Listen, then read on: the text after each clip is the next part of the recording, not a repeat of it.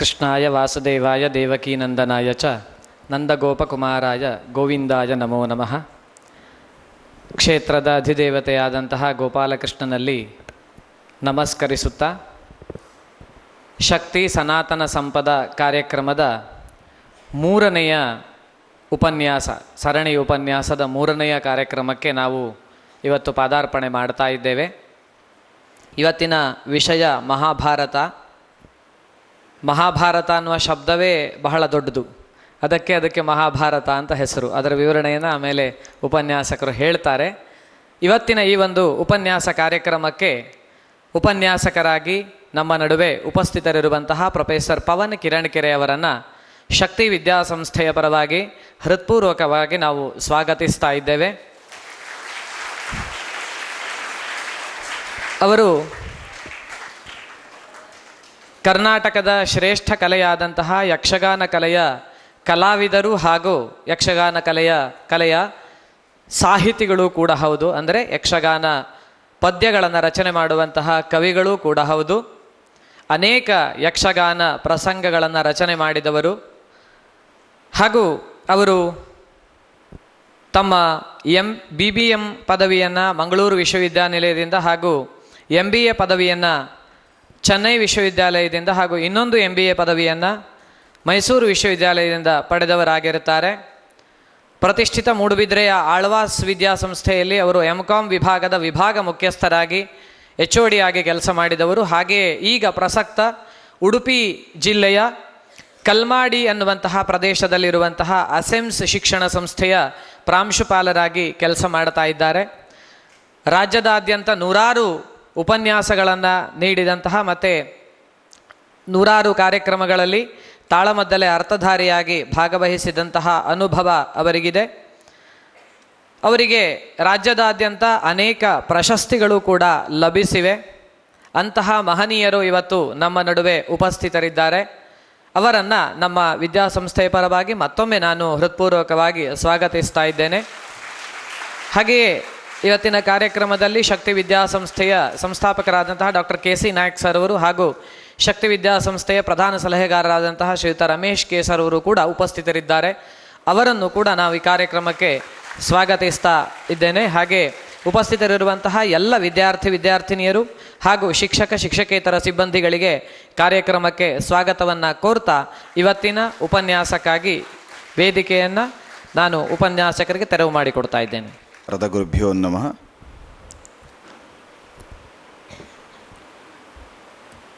ಶಕ್ತಿ ಶಿಕ್ಷಣ ಸಂಸ್ಥೆಯ ಸಂಸ್ಥಾಪಕರು, ಸಲಹೆಗಾರರು ಹಾಗೂ ಶಿಕ್ಷಕೇತರ ಸಿಬ್ಬಂದಿಗಳು ಹಾಗೂ ಮಕ್ಕಳು ಎಲ್ಲರನ್ನ ಈ ಒಂದು ಶಕ್ತಿ ಅನ್ನೋ ಶಬ್ದವೇ ಒಂದು ವಿಶಿಷ್ಟವಾದದ್ದು. ಆ ಶಕ್ತಿಯ ಉದ್ದೀಪನಕ್ಕಾಗಿ, ಶಕ್ತಿ ಅನ್ನುವಲ್ಲಿ ಕೇವಲ ಬೌದ್ಧಿಕವಾದ ಶಕ್ತಿ, ಭೌತಿಕವಾದ ಶಕ್ತಿಗಳಲ್ಲಿ ಭೌತಿಕವಾದ್ದಲ್ಲ, ಬೌದ್ಧಿಕವಾದ ಶಕ್ತಿಯನ್ನು ಉದ್ದೀಪನಗೊಳಿಸುವ ಒಂದು ಅದ್ಭುತ ಕಾರ್ಯಕ್ರಮದ ಚಿಂತನೆ, ಅದ್ಭುತ ಕಾರ್ಯಕ್ರಮದ ಒಂದು ಕಲ್ಪನೆಯೇ ಒಂದು ಬೆರಗುಟ್ಟಿಸುವಂಥ ವಿಷಯ, ತುಂಬ ಸಂತೋಷ ಕೂಡ ಆಗುವಂಥ ವಿಷಯ. ಈ ಕಾಲದಲ್ಲಿ ಅನಿವಾರ್ಯವೂ ಹೌದು, ಅಥವಾ ಈ ಕಾಲಘಟ್ಟದಲ್ಲಿ ಅತ್ಯಂತ ಔಚಿತ್ಯಪೂರ್ಣವೂ ಹೌದು ಅಂತ ಭಾವಿಸಿ ಒಂದಷ್ಟು ಹೊತ್ತು ಚಿಂತನ ಮಂಥನವನ್ನು ನಡೆಸುವ, ಅನುಭವಗಳನ್ನು ಹಂಚಿಕೊಳ್ಳುವ, ಬೌದ್ಧಿಕವಾದಂತಹ ವಿಚಾರ ಸರಣಿಯನ್ನು ವಿನಿಮಯ ಮಾಡಿಕೊಳ್ಳುವಂಥ ಒಂದು ಪ್ರಯತ್ನಕ್ಕೆ ಚಾಲನೆಯನ್ನು ಒದಗಿಸ್ತಾ, ಮುನ್ನುಡಿಯನ್ನು ಬರೆಯುತ್ತಾ ನಿಮ್ಮೆಲ್ಲರನ್ನ ಮಾತಿನ ಮಂಟಪಕ್ಕೆ ಹಾರ್ದಿಕವಾಗಿ ಸ್ವಾಗತ ಮಾಡಿಕೊಳ್ತಾ ಇದ್ದೇನೆ. ನನಗಿವತ್ತು ಕೊಟ್ಟ ವಿಷಯ ಮಹಾಭಾರತ. ಪ್ರಾಯಶಃ ಹೆಸರು ಕೇಳುವಾಗಲೇ, ಮಹಾಭಾರತ ಅಂತ ಹೆಸರು ಕೇಳುವಾಗಲೇ ಎಲ್ಲಿಂದ ತೊಡಗಬೇಕು, ಎಲ್ಲಿ ನಿಲ್ಲಿಸಬೇಕು. ಜಗತ್ತಿಗೆ ಶೂನ್ಯವನ್ನು, ಸೊನ್ನೆಯನ್ನು ಕೊಟ್ಟ ದೇಶ ನಮ್ಮದು. ಪ್ರಾಯಶಃ ಸೊನ್ನೆ ಅಂತ ಹೇಳಿದ ತಕ್ಷಣ ಎಲ್ಲ ಮಾರ್ಕ್ಸ್ ಬರುವಾಗ ಸೊನ್ನೆ ಬಂದರೆ ಸಂತೋಷ ಆಗ್ತದ, ಬೇಸರ ಆಗ್ತದ, ಛೇ ಅಂತ ಕಾಣ್ತದೆ ಅಲ್ವಾ? ತುಂಬ ಸಂದರ್ಭದಲ್ಲಿ ಸೊನ್ನೆ ಬಂದಾಗ ಸೊನ್ನೆ ಬಂದಿದೆ ಅಂತ ಮಾಡಲ್ಲ, ಸೊನ್ನೆ ಕೊಟ್ಟಿದ್ದಾರೆ ಅಂತ ಟೀಚರ್ಸ್ ಮೇಲೆ ಬೇಜಾರು ಮಾಡ್ಕೊಳ್ತೇವೆ ಅಲ್ವಾ? ಅವರು ಸೊನ್ನೆ ಕೊಟ್ಟಿದ್ದಾರೆ ಅಂತ, ಸೊನ್ನೆ ಬಂದಿದೆ ಅಂತ ನಾವು ಹೇಳಲ್ಲ. ನನಗೆ ಮಾರ್ಕ್ಸ್ 0 ಬಂದಿದೆ ಅಂತ ಹೇಳಲ್ಲ, ಮಾರ್ಕ್ಸ್ 0 ಕೊಟ್ಟಿದ್ದಾರೆ ಅಂತ ಹೇಳ್ತೀವಿ. ಜಗತ್ತಿಗೆ 0ಯನ್ನು ಕೊಟ್ಟ ದೇಶ ನಮ್ಮದಲ್ಲ. 0 ಅಂದರೆ ಶೂನ್ಯ, ಅಂದರೆ ಪೂರ್ಣ. ಜಗತ್ತಿಗೆ ಪೂರ್ಣತ್ವವನ್ನು ಕೊಟ್ಟ ಒಂದು ಅದ್ಭುತವಾದ ದೇಶ ಭಾರತ. ಒಂದು ನಮ್ಮ ದೇಶದ, ನಮ್ಮ ಸಂಸ್ಕೃತಿಯ, ನಮ್ಮ ಬೌದ್ಧಿಕವಾದಂತಹ ಒಂದು ಸ್ತರ ಎಷ್ಟು ಮೇಲ್ಮಟ್ಟದಲ್ಲಿದೆ ಅಂದರೆ, ಸ್ತರ ಅಂದರೆ ಲೆವೆಲ್, ಎಷ್ಟು ಮೇಲ್ಮಟ್ಟದಲ್ಲಿದೆ ಅಂದರೆ, ಪೂರ್ಣವನ್ನು ಜಗತ್ತಿಗೆ ಕಲ್ಪಿಸಿದ, ಕಲ್ಪನೆಯೇ ಇಲ್ಲದ ಪೂರ್ಣತ್ವದ ಬಗೆಗಾಗಿ ಜಗತ್ತಿಗೊಂದು ವಿಶಿಷ್ಟವಾದ ಅನುಭೂತಿಯನ್ನು ಕೊಟ್ಟ ದೇಶ ಭಾರತ. ನಾವು 0 ಅಂತ ಹೇಳುವಾಗ ಎಲ್ಲಿ ಪ್ರಾರಂಭ ಆಗುತ್ತದೋ ಅಲ್ಲೇ ಮುಕ್ತಾಯ ಆಗುವಂಥದ್ದು 0. ಪೂರ್ಣಮದಂ ಪೂರ್ಣಮಿದಂ ಪೂರ್ಣಾತ್ ಪೂರ್ಣಮದಚ್ಯತೆ ಪೂರ್ಣಸ್ಯ ಪೂರ್ಣಮಾದಾಯ ಪೂರ್ಣಮೇವಾವಶಿಷ್ಯತೆ. ಎಲ್ಲಿಂದ ಪ್ರಾರಂಭ ಆಗಿದೆಯೋ ಅಲ್ಲಿಗೆ ಮುಗೀತದೆ. ಯಾವುದರಿಂದ ತೆಗೆದ್ರೂ ಏನು ಉಳೀತದೆ, ಯಾವುದು ತೆಗೆಯುವ ಮೊದಲು ಇತ್ತು, ಯಾವ ತೆಗೆದ ಆದ ಮೇಲೂ ಉಳೀತದೆ, ಅದು ಪೂರ್ಣ. 0ಯಿಂದ ಏನನ್ನು ತೆಗೆದ್ರೂ 0 ಉಳೀತದೆ, 0ಗೆ ಯಾವುದನ್ನು ಸೇರಿಸಿದ್ರೂ 0 ಉಳೀತದೆ, 0ಯಿಂದ ಯಾವುದನ್ನು ಗುಣಿಸಿದ್ರೂ 0 ಉಳೀತದೆ, 0ಯಿಂದ ಯಾವುದನ್ನು ಭಾಗಿಸಿದ್ರೂ 0 ಉಳೀತದೆ. ಯಾವುದೆಲ್ಲವಾದ ಮೇಲೆ ಉಳೀತದೋ ಅದು ಪೂರ್ಣತ್ವ. ಈ ಪೂರ್ಣತ್ವದ ಪರಿಕಲ್ಪನೆಯನ್ನು ಕೊಟ್ಟ ದೇಶದಲ್ಲಿ ಮಹಾಭಾರತ ಒಂದು ಪೂರ್ಣತ್ವದ ಕಲ್ಪನೆಯನ್ನು, ಒಂದು ಪೂರ್ಣತ್ವವನ್ನು ಕಾವ್ಯವಾಗಿ, ಕಥನವಾಗಿ, ಒಂದು ಸಂದೇಶವಾಗಿ, ಒಂದು ಮಾರಲ್ ಸೈನ್ಸ್ ಅಂತ ನೀವು ಹೇಳಿದರೆ, ಪ್ರಾಯಶಃ ಜಗತ್ತಿನಲ್ಲಿ ಯಾವುದನ್ನು ಕೂಡ ಮಹಾಭಾರತ ಹೇಳದೇ ಇರುವುದು ಪ್ರಪಂಚದಲ್ಲಿ ಇಲ್ಲ, ಬಾಕಿ ಉಳಿಸಿದ್ದಿಲ್ಲ. ಮಹಾಭಾರತ ಹೇಳದೇ ಇರುವುದನ್ನು ಹೇಳಲಿಕ್ಕೆ ಈವರೆಗೆ ಯಾರಿಗೂ ಸಾಧ್ಯ ಆಗಲಿಲ್ಲ. ಇದು ಮಹಾಭಾರತದ ಒಂದು ದೊಡ್ಡ ಸಾಧ್ಯತೆ ಅಥವಾ ಮಹಾಭಾರತದ ಒಂದು ದೊಡ್ಡ ವ್ಯಾಪ್ತಿ. ನಾನಿವತ್ತು ಮಹಾಭಾರತದ ಬಗ್ಗೆ ಮಾತಾಡಬೇಕು ಅಂತ ಹೇಳುವಾಗ ಎಲ್ಲಿಂದ ಎಲ್ಲಿಯವರೆಗೆ ಮುಗಿಸಬೇಕು ಅಥವಾ ಎಲ್ಲಿಂದ ಹೇಗೆ ಮಾತಾಡಬೇಕು ಅಂತ ಸ್ಪಷ್ಟವಾಗಿ ಗೊತ್ತಿಲ್ಲ. ಯಾಕಂದರೆ ಒಂದು ಆಯುಷ್ಯ ಪೂರ್ಣ ನಮಗೆ ಮಹಾಭಾರತ ಅಧ್ಯಯನ ಮಾಡಲಿಕ್ಕೆ ಸಾಧ್ಯ ಆಗಲಿಕ್ಕಿಲ್ಲ. ಇಡೀ ಆಯುಷ್ಯ ಬದುಕಿನ ಒಂದು 100 ವರ್ಷ ಅಂತ ತಗೊಳ್ಳುವ ಮ್ಯಾಕ್ಸಿಮಮ್ಮು. ಯಾರೂ 100 ವರ್ಷ ಬದುಕುವ ಸಾಧ್ಯತೆಯನ್ನು ದಾಟಿ ಬಂದಿದ್ದೇವೆ ನಾವು. ಇವತ್ತಿನ ಲೈಫ್ ಸ್ಟೈಲ್, ಇವತ್ತಿನ ಫಾಸ್ಟ್ ಫುಡ್ ಏನಿದೆ, ಫಾಸ್ಟ್ ಫುಡ್ ಜಮಾನದಲ್ಲಿ ನಾವು 100 ವರ್ಷದ ಆಯುಷ್ಯದ ಕಲ್ಪನೆಯನ್ನು ದಾಟಿ ಬಂದಿದ್ದೇವೆ. 800 ವರ್ಷವನ್ನು ಬದುಕಿದಂತಹ ಭೀಷ್ಮರಿದ್ದ ಮಹಾಭಾರತವನ್ನು ಒಂದು 80, 60, 50 ವರ್ಷ ಕಷ್ಟಪಟ್ಟು ಬದುಕಲಿಕ್ಕೆ ಸಾಧ್ಯ ಆಗುವ ನಾವು ಚಿಂತನೆ ಮಾಡುವ ಪ್ರಯತ್ನವನ್ನು ಮಾಡ್ತಾ ಇದ್ದೇವೆ. ಹಾಗಾಗಿ ಮಹಾಭಾರತದ ಇಡೀ ವ್ಯಾಪ್ತಿಯನ್ನು ಒಂದು ಆಯುಷ್ಯದಲ್ಲಿ ಅಧ್ಯಯನ ಮಾಡಲಿಕ್ಕೆ ಕಷ್ಟ. ಅದನ್ನು ತುಂಬ ಹ್ರಸ್ವವಾಗಿಸಿ, ಸಣ್ಣದ ಮಾಡಿ, ಎಷ್ಟು ಸಾಧ್ಯ ಅಷ್ಟು ನಾವು ಎಕ್ಸಿಕ್ಯೂಟಿವ್ ಸಮ್ಮರಿ ಅಂತ ಹೇಳ್ತೇವೆ. ನೀವು ಪ್ರಾಜೆಕ್ಟ್ ಬರೆಯುವಾಗ ಎದುರುಗಡೆ ನೀವೊಂದಷ್ಟು ಡೀಟೇಲ್ಸ್ ಬರೀತೀರಲ್ಲ, ನಿಮ್ಮ ಹೆಸರೇನು, ಯಾವ ಕ್ಲಾಸು, ಯಾವ ಗ್ರೇಡು, ಯಾವ ಟೀಚರ್ಸಿಗೆ ಕೊಡ್ತಾ ಇದ್ದೀರಿ ಅಂತ ಬರೀತೀರಿ. ಟೈಟ್ಲ್ ಏನು, ಪ್ರಾಜೆಕ್ಟ್ದು ಅಂತ, ಅಷ್ಟು ಮಾತ್ರ ನೋಡಲಿಕ್ಕೆ ಸಾಧ್ಯ. ಇವತ್ತು ನೆನಪಿಟ್ಟುಕೊಳ್ಳಿ, ಇಡೀ ಮಹಾಭಾರತದ ನಾವು ಇವತ್ತು ಎಷ್ಟು ಮಾತಾಡುತ್ತೇವೋ ಅದಷ್ಟು ನಿಮ್ಮ ಕವರ್ ಪೇಜ್ ಮಾತ್ರ.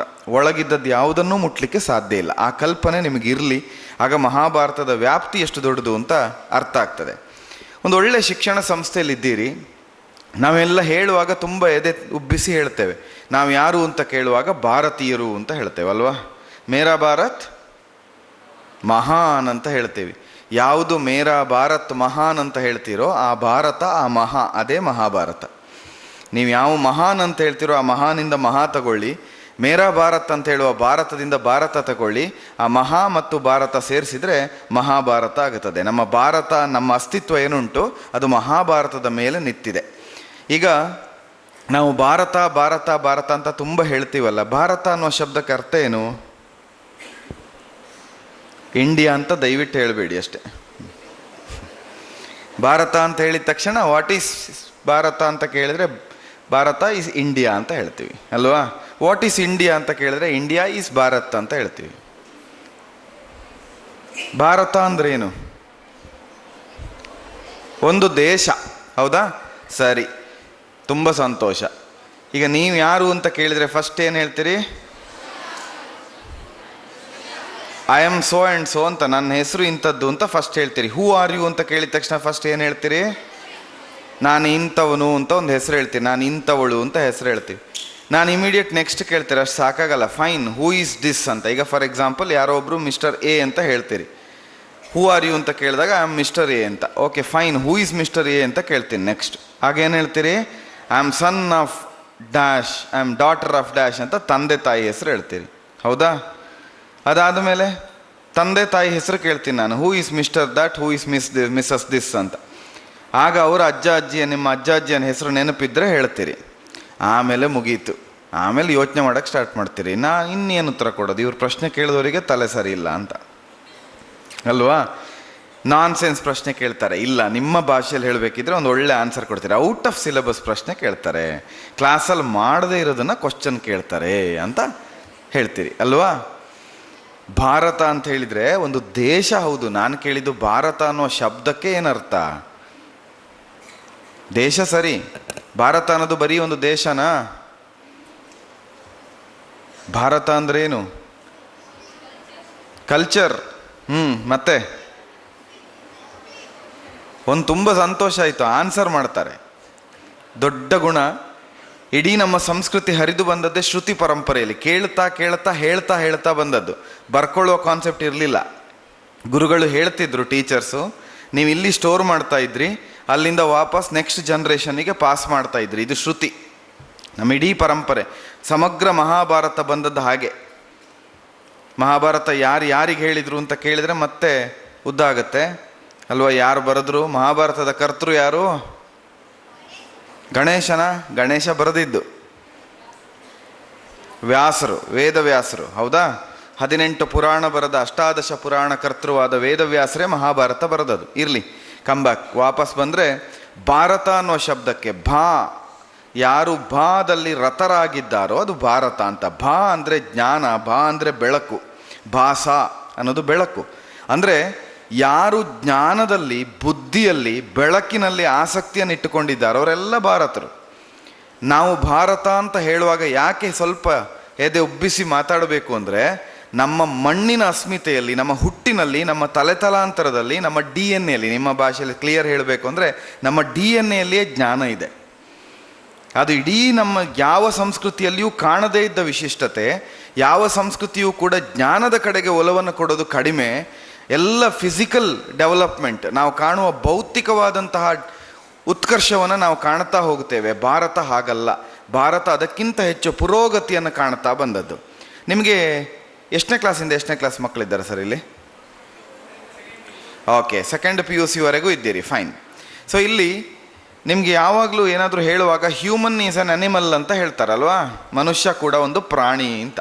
ಹಾಗಾದರೆ ಪ್ರಾಣಿಗೂ ಮನುಷ್ಯನಿಗೂ ಏನು ವ್ಯತ್ಯಾಸ?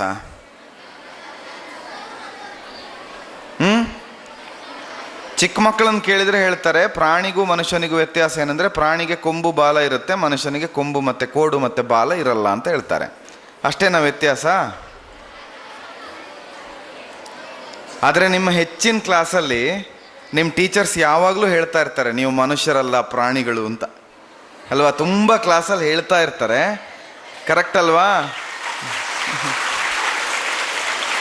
ಪದೇ ಹೇಳ್ತಾ ಇರ್ತಾರೆ, ನೀವು ಮನುಷ್ಯರಲ್ಲ, ನೀವು ಪ್ರಾಣಿಗಳು ಅಂತ. ನೀವೇನು ಮಾಡಬೇಕು ಅಂದರೆ ಟೀಚರ್ಸಿಗೆ ಪ್ರೂವ್ ಮಾಡಿ ತೋರಿಸ್ಬೇಕು, ನಾವು ಪ್ರಾಣಿಗಳಲ್ಲ ಮನುಷ್ಯರು ಅಂತ. ನೀವೇನು ಮಾಡ್ತೀರಿ ಹೆಚ್ಚಿನ ಸಂದರ್ಭದಲ್ಲಿ ಉಲ್ಟನೇ ಪ್ರೂವ್ ಮಾಡ್ತೀರಿ. ಪ್ರಾಣಿಗಳಂದ್ರಲ್ಲ, ಹೌದು ನಾವು ಪ್ರಾಣಿಗಳು ಅಂತಲೇ ಪ್ರೂವ್ ಮಾಡಿ ತೋರಿಸ್ತೀರಿ.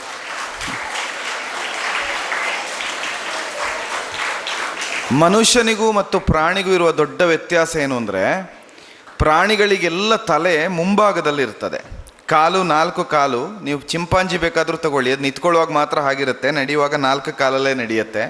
4 ಕಾಲು, ತಲೆ ಮುಂಭಾಗದಲ್ಲಿರುತ್ತೆ. ಮನುಷ್ಯನಿಗೆ ತಲೆ ಮೇಲ್ಭಾಗದಲ್ಲಿರುತ್ತದೆ. ಇದರ ಅರ್ಥ ಏನು ಗೊತ್ತಾ? ತಲೆ ಮುಂಭಾಗದಲ್ಲಿರುವ ಪ್ರಾಣಿಗಳಿಗೆ ಇಡೀ ಅವುಗಳ ಬದುಕು ಪ್ರಗತಿಶೀಲವಾಗಿರ್ತದೆ, ಡೆವಲಪ್ಮೆಂಟ್ ಮಾತ್ರ. ಚಿಕ್ಕ ಮರಿ ದೊಡ್ಡದಾಗ್ತದೆ, ದೊಡ್ಡ ಪ್ರಾಣಿಗೆ ವಯಸ್ಸಾಗ್ತದೆ, ವಯಸ್ಸಾದ ಮೇಲೆ ಸಾಯ್ತದೆ. ಇದು ಸೈಕಲ್ ಅನ್ನೋದು ಬರೀ ಪ್ರಗತಿಯಾಗಿರ್ತದೆ, ಡೆವಲಪ್ಮೆಂಟ್ ಮಾತ್ರ. ಆದರೆ ಮನುಷ್ಯನ ಬದುಕು ಹಾಗಲ್ಲ, ಮೇಲೆ ಏರ್ತಾ ಹೋಗಬೇಕು. ಚಿಕ್ಕದ್ರಿಂದ ಬೆಳೀತಾ ಅನ್ನೋದು ಮುಂದುವರಿಯೋದಲ್ಲ, ಮೇಲೆ ಏರ್ತಾ ಸಾಗೋದು. ಇದು ಡೆವಲಪ್ಮೆಂಟ್ ಅಲ್ಲ, ಎನ್ರಿಚ್ಮೆಂಟ್ ಅಂತ ಅನಿಸ್ಕೊಳ್ತದೆ. ಆದ್ದರಿಂದ ಮನುಷ್ಯನ ಬದುಕು ಪುರೋಗತಿಶೀಲವಾಗಿರ್ತದೆ. ಮನುಷ್ಯನಿಗೆ ಪ್ರಧಾನವಾದದ್ದು ತಲೆ. ನಿಮಗೆ ಡಿಫ್ರೆನ್ಸ್ ಪ್ರಾಣಿಗೂ ಮನುಷ್ಯನಿಗೂ ಏನು ಅಂತ ಕೇಳಿದರೆ, ಪ್ರಾಣಿಗಳಿಗೆ ವಿವೇಕ ಇಲ್ಲ, ಪ್ರಾಣಿಗಳಿಗೆ ಯೋಚನಾ ಶಕ್ತಿ ಇಲ್ಲ, ಪ್ರಾಣಿಗಳಿಗೆ ಬೌದ್ಧಿಕವಾದ ಸ್ವಾತಂತ್ರ್ಯತೆ ಇಲ್ಲ, ಪರಾವಲಂಬಿ ಆಗಿರ್ತದೆ. ನೀವೊಂದು ನಾಯಿಯನ್ನು ಸರಪಳಿ ಹಾಕಿ ಕಟ್ಟಿ ಒಂದು 10 ವರ್ಷ ಅದನ್ನು ಸಾಕಿದರೆ ಆಮೇಲೆ ಸರಪಳಿ ಕಟ್ಟಿದ ಹಾಗೆ ಮಾಡಿದರೆ ಸಾಕು, ಅದಲ್ಲೇ ಇರುತ್ತೆ ಕಟ್ಟಿದ್ದಾರೆ ಅನ್ನೋ ಭ್ರಮೆಯಲ್ಲಿ. ಮನುಷ್ಯ ಹಾಗಲ್ಲ. ಮನುಷ್ಯನಿಗೆ ಯೋಚನಾ ಸಾಮರ್ಥ್ಯ ಇದೆ, ಯೋಚನಾ ಸ್ವಾತಂತ್ರ್ಯ ಇದೆ, ಯೋಚನಾ ಸ್ವೇಚ್ಛೆ ಇದೆ. ಏನು ಬೇಕಾದರೂ ಸಾಧಿಸುವ ಸಾಧ್ಯತೆ, ವಿವೇಕಗಳು ಮನುಷ್ಯನಿಗಿದೆ. ಬೌದ್ಧಿಕವಾಗಿ ತುಂಬ ಮೇಲೆ ಇರ್ತಾ ಹೋಗುತ್ತಾನೆ. ಆದ್ದರಿಂದ ಮನುಷ್ಯ ಪ್ರಾಣಿಗಳಿಗಿಂತ ಭಿನ್ನವಾಗುತ್ತಾನೆ. ಇಡೀ ಸಮಗ್ರ ಮಹಾಭಾರತ ನಮಗೇನು ಕಲ್ಪನೆಯನ್ನು ಕೊಡ್ತದೆ ಅಂದರೆ, ಮನುಷ್ಯ ಹೇಗೆ ಬೆಳೀತಾ ಬೆಳೀತಾ ಬೆಳೀತಾ ಬೆಳೀತಾ ಮೇಲೆ ಇರಬೇಕು ಅನ್ನೋದನ್ನು ಒಂದಷ್ಟು ಕ್ಯಾರೆಕ್ಟರ್ಗಳ ಮೂಲಕ, ಒಂದಷ್ಟು ಪಾತ್ರ ವ್ಯಕ್ತಿಗಳ ಮೂಲಕ ಹೇಗೆ ಬದುಕಬೇಕು, ಹೇಗೆ ಬದುಕಬಾರದು ಅನ್ನುವಂಥ ಒಂದು ಸಮಗ್ರ ಚಿತ್ರಣವನ್ನು ಮಹಾಭಾರತ ಕೊಡ್ತದೆ. ಒಂದೇ ಕಾವ್ಯ ಅಂತ ತಗೊಳ್ಳಿ, ಒಂದು ಸ್ಟೋರಿ ಅಂತ ತಗೊಳ್ಳಿ, ಒಂದು ಹಿಸ್ಟ್ರಿ, ಇತಿಹಾಸ ಅಂತ ತಗೊಳ್ಳಿ, ಅಥವಾ ಒಂದು ಅಧ್ಯಯನ ಅಂತ ತಗೊಳ್ಳಿ, ಹೇಗೆ ಬೇಕಾದರೂ ಕರೀರಿ ಮಹಾಭಾರತವನ್ನು. ಇಡೀ ಮಹಾಭಾರತ ನಿಮಗೆ ಕೊಡಬಹುದಾದ ಕಲ್ಪನೆ ಏನು ಅಂತ ಕೇಳಿದರೆ, ನಾವು ಹೇಗೆ ಬದುಕಬೇಕು, ನಾವು ಹೇಗೆ ಬದುಕಬಾರ್ದು, ಈ ಸ್ಪಷ್ಟವಾದ ಕಲ್ಪನೆಯನ್ನು ಕೊಡ್ತದೆ. ಯಾರು ಹಾಗೆ ಬದುಕಬೇಕು, ಯಾರು ಹಾಗೆ ಬದುಕಬಾರದು ಅಂತ. ಇಡೀ ಪಾಂಡವರು ಕೌರವರು ಅನ್ನುವ ಎರಡು ಕೆಟಗರಿಯನ್ನು ಮಾಡಿ, ಎರಡೇ ಎರಡು ವರ್ಗವನ್ನು ಮಾಡಿ, ಆ ಎರಡು ವರ್ಗದಲ್ಲಿ ಒಂದು ಒಳ್ಳೆಯದು ಒಂದು ಕೆಟ್ಟದ್ದು ಅನ್ನುವ ಸಮಗ್ರ ಚಿತ್ರಣವನ್ನು ಮಹಾಭಾರತ ಕೊಡುತ್ತದೆ. ಇಡೀ ನಾವು ಇವತ್ತಿನವರೆಗೆ, ಇವತ್ತಿನ ಕಾಲದವರೆಗೆ, ಇವತ್ತು ಬೇಕಾದರೂ ತಗೊಳ್ಳಿ, ನಿಮ್ಮ ಪೇರೆಂಟ್ಸ್ ಇರ್ಬೋದು, ನಿಮ್ಮ ಟೀಚರ್ಸ್ ಇರ್ಬೋದು, ನಿಮ್ಮ ವೆಲ್ ವಿಷರ್ಸ್ ಇರ್ಬೋದು, ನಿಮಗೆ ಕೊಡೋ ಸಜೆಷನ್ ಏನು ಅಂತ ಕೇಳಿದರೆ, ಒಳ್ಳೆಯವನಾಗು, ಒಳ್ಳೆಯದನ್ನು ಮಾಡು, ಒಳ್ಳೆ ಮಾತಾಡು, ಒಳ್ಳೆ ಕೆಲಸ ಮಾಡು. ನಾವು ಏನೇ ಹೇಳಿದರೂ ಕೂಡ ಅದರ ಹಿಂದ್ಗಡೆಯಲ್ಲಿ ಒಂದು ಒಳ್ಳೆಯದ್ದು ಅನ್ನೋದನ್ನು ಸೇರಿಸ್ತೇವೆ. Put it in inverted comma ಅಲ್ವಾ, ಕೋಟ್ಸ್ ಒಳಗಡೆ ಒಳ್ಳೆಯದು ಒಳ್ಳೆಯದು ಒಳ್ಳೆಯದು ಒಳ್ಳೆಯದು ಅಂತ ಹೇಳ್ತೀವಿ. ಈ ಒಳ್ಳೆಯದು ಅಂತ ಇದೆಯಲ್ಲ, ಅದನ್ನೇ ನೀವು ಸಂಸ್ಕೃತದಲ್ಲಿ ಸಮ್ಯಕ್ ಅಂತ ಕರಿತೇವೆ. ಆ ಸಮ್ಯಕ್ಕನ್ನು ಯಾವುದಕ್ಕೆ ಸೇರಿಸ್ತಾ ಸಾಕ್ತೀರೋ ಅದೆಲ್ಲ ಸಮ್ಯಕ್ ಕೃತಿ ಸಂಸ್ಕೃತಿ ಆಗುತ್ತದೆ. ಸಮ್ಯಕ್ ಕೃತ ಒಂದು ಭಾಷೆ ಸಂಸ್ಕೃತವಾಗುತ್ತದೆ. ನೀವು ಆ ಸಮ್ಯಕ್ ಅನ್ನುವ ಪ್ರಿಫಿಕ್ಸನ್ನು ಸೇರಿಸಿದರೆ, ಸಮ್ಯಕ್ ಅನ್ನೋದನ್ನು ಯುನೈಟೆಡ್ ಕಾಮದಲ್ಲಿ ಹಾಕಿದರೆ ನಿಮ್ಮ ಬದುಕು ಮಹಾಭಾರತವಾಗುತ್ತದೆ. ಒಂದು ಆರ್ಡಿನರಿ ಭಾರತದಿಂದ ಮಹಾಭಾರತವಾಗಬೇಕು ಅಂದರೆ ಒಂದು ಪ್ರಿಫಿಕ್ಸ್, ಒಳ್ಳೆಯದ್ದು, ಸಮ್ಯಕ್ ಅನ್ನೋದನ್ನು ಸೇರಿಸಬೇಕು. ಎಲ್ಲೆಲ್ಲಿ ಸೇರಿಸ್ಬೇಕಪ್ಪ ಹಾಗಾದರೆ ಅಂತ ಕೇಳಿದರೆ, ಎಲ್ಲ ಕಡೆಯಲ್ಲೂ ಸೇರಿಸ್ಬೇಕು. ನಿದ್ದೆ ಮಾಡ್ತೀರಾ, ಚೆನ್ನಾಗಿ ನಿದ್ದೆ ಮಾಡಿ. ಮಾತಾಡ್ತೀರಾ, ಚೆನ್ನಾಗಿ ಮಾತಾಡಿ. ಪಾಠ ಕೇಳ್ತೀರಾ, ಚೆನ್ನಾಗಿ ಪಾಠ ಕೇಳಿ. ಆಟ ಆಡ್ತೀರಾ, ಚೆನ್ನಾಗಿ ಆಟ ಆಡಿ. ನೀವು ಏನೇ ಮಾಡಿ ಅದರ ಹಿಂದೆ ಚೆನ್ನಾಗಿ ಸಮ್ಯಕ್ ಅನ್ನೋದನ್ನು ಸೇರಿಸಿದರೆ ನಿಮ್ಮ ಬದುಕು ಪೂರ್ಣ ಆಗುತ್ತದೆ, ನಿಮ್ಮ ಬದುಕಿಗೊಂದು ಅರ್ಥ ಬರ್ತದೆ. ಅದೇ ನಿಮ್ಮ ಭಾರತದಿಂದ ಮಹಾಭಾರತ ಆಗುತ್ತದೆ.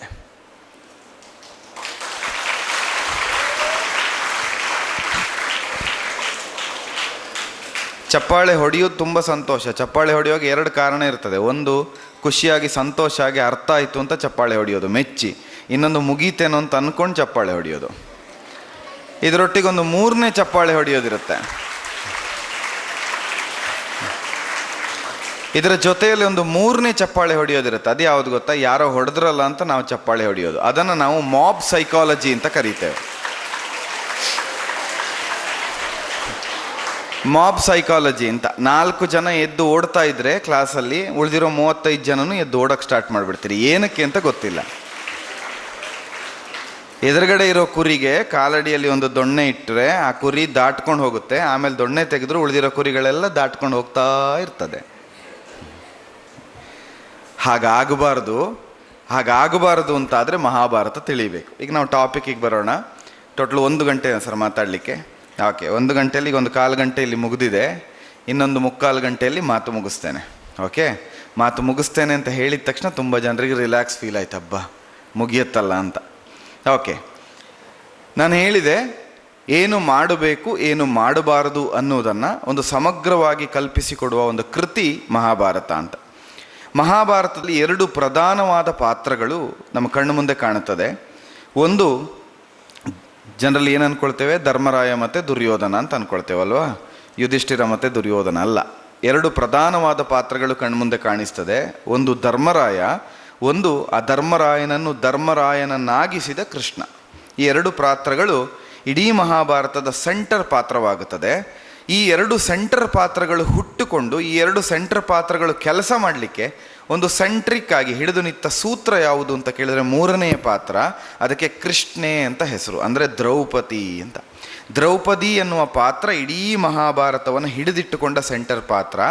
ಆ ದ್ರೌಪದಿ ಎನ್ನುವ ಪಾತ್ರಕ್ಕೆ ಜೊತೆಯಾಗಿ ನಿಂತ ಧರ್ಮರಾಯ, ಆ ಧರ್ಮರಾಯನನ್ನು ದ್ರೌಪದಿಗೋಸ್ಕರ ಕಾಪಿಟ್ಟಂತಹ ಕೃಷ್ಣ. ಹೀಗೆ 3 ಎಳೆಗಳಾಗಿ ಮಹಾಭಾರತ ಕಾಣಿಸಿಕೊಳ್ತದೆ. ಉಳಿದ ಎಲ್ಲ ಪಾತ್ರಗಳು ಅದಕ್ಕೆ ಪೋಷಕ ಪಾತ್ರಗಳಾಗಿ ಕಾಣಿಸಿಕೊಳ್ತದೆ. ಅಂದರೆ ಪರ ಇರಲಿ ವಿರೋಧ ಇರಲಿ, ಈ ಪಾತ್ರಗಳ ಸುತ್ತನೇ ಸುತ್ತಾ ಸಾಕ್ತದೆ.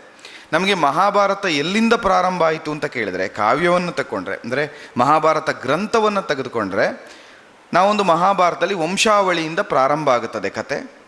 ಕೊನೆಗೆ ಪಾಂಡವರ ಸ್ವರ್ಗಾರೋಹಣದವರೆಗೆ ನಿಲ್ತದೆ. 18 ಪರ್ವಗಳನ್ನು ನಾವು ಹೇಳುವಾಗ 18 ಪರ್ವಗಳು ವಂಶಾವಳಿಯ ಪ್ರಾರಂಭದಿಂದ ಹೇಗೆ ಚಂದ್ರವಂಶ ಹುಟ್ಟಿಕೊಂಡಿತು ಅನ್ನುವಲ್ಲಿಂದ ತೊಡಗಿ ಪಾಂಡವ ಪಂಚಕರು ಹೇಗೆ ಸ್ವರ್ಗಾರೋಹಣವನ್ನು ಮಾಡಿದರು ಅನ್ನುವಲ್ಲಿಯವರೆಗೆ ಇಡೀ ಕತೆ ವಿಸ್ತಾರವಾಗಿ ಸಾಗ್ತದೆ.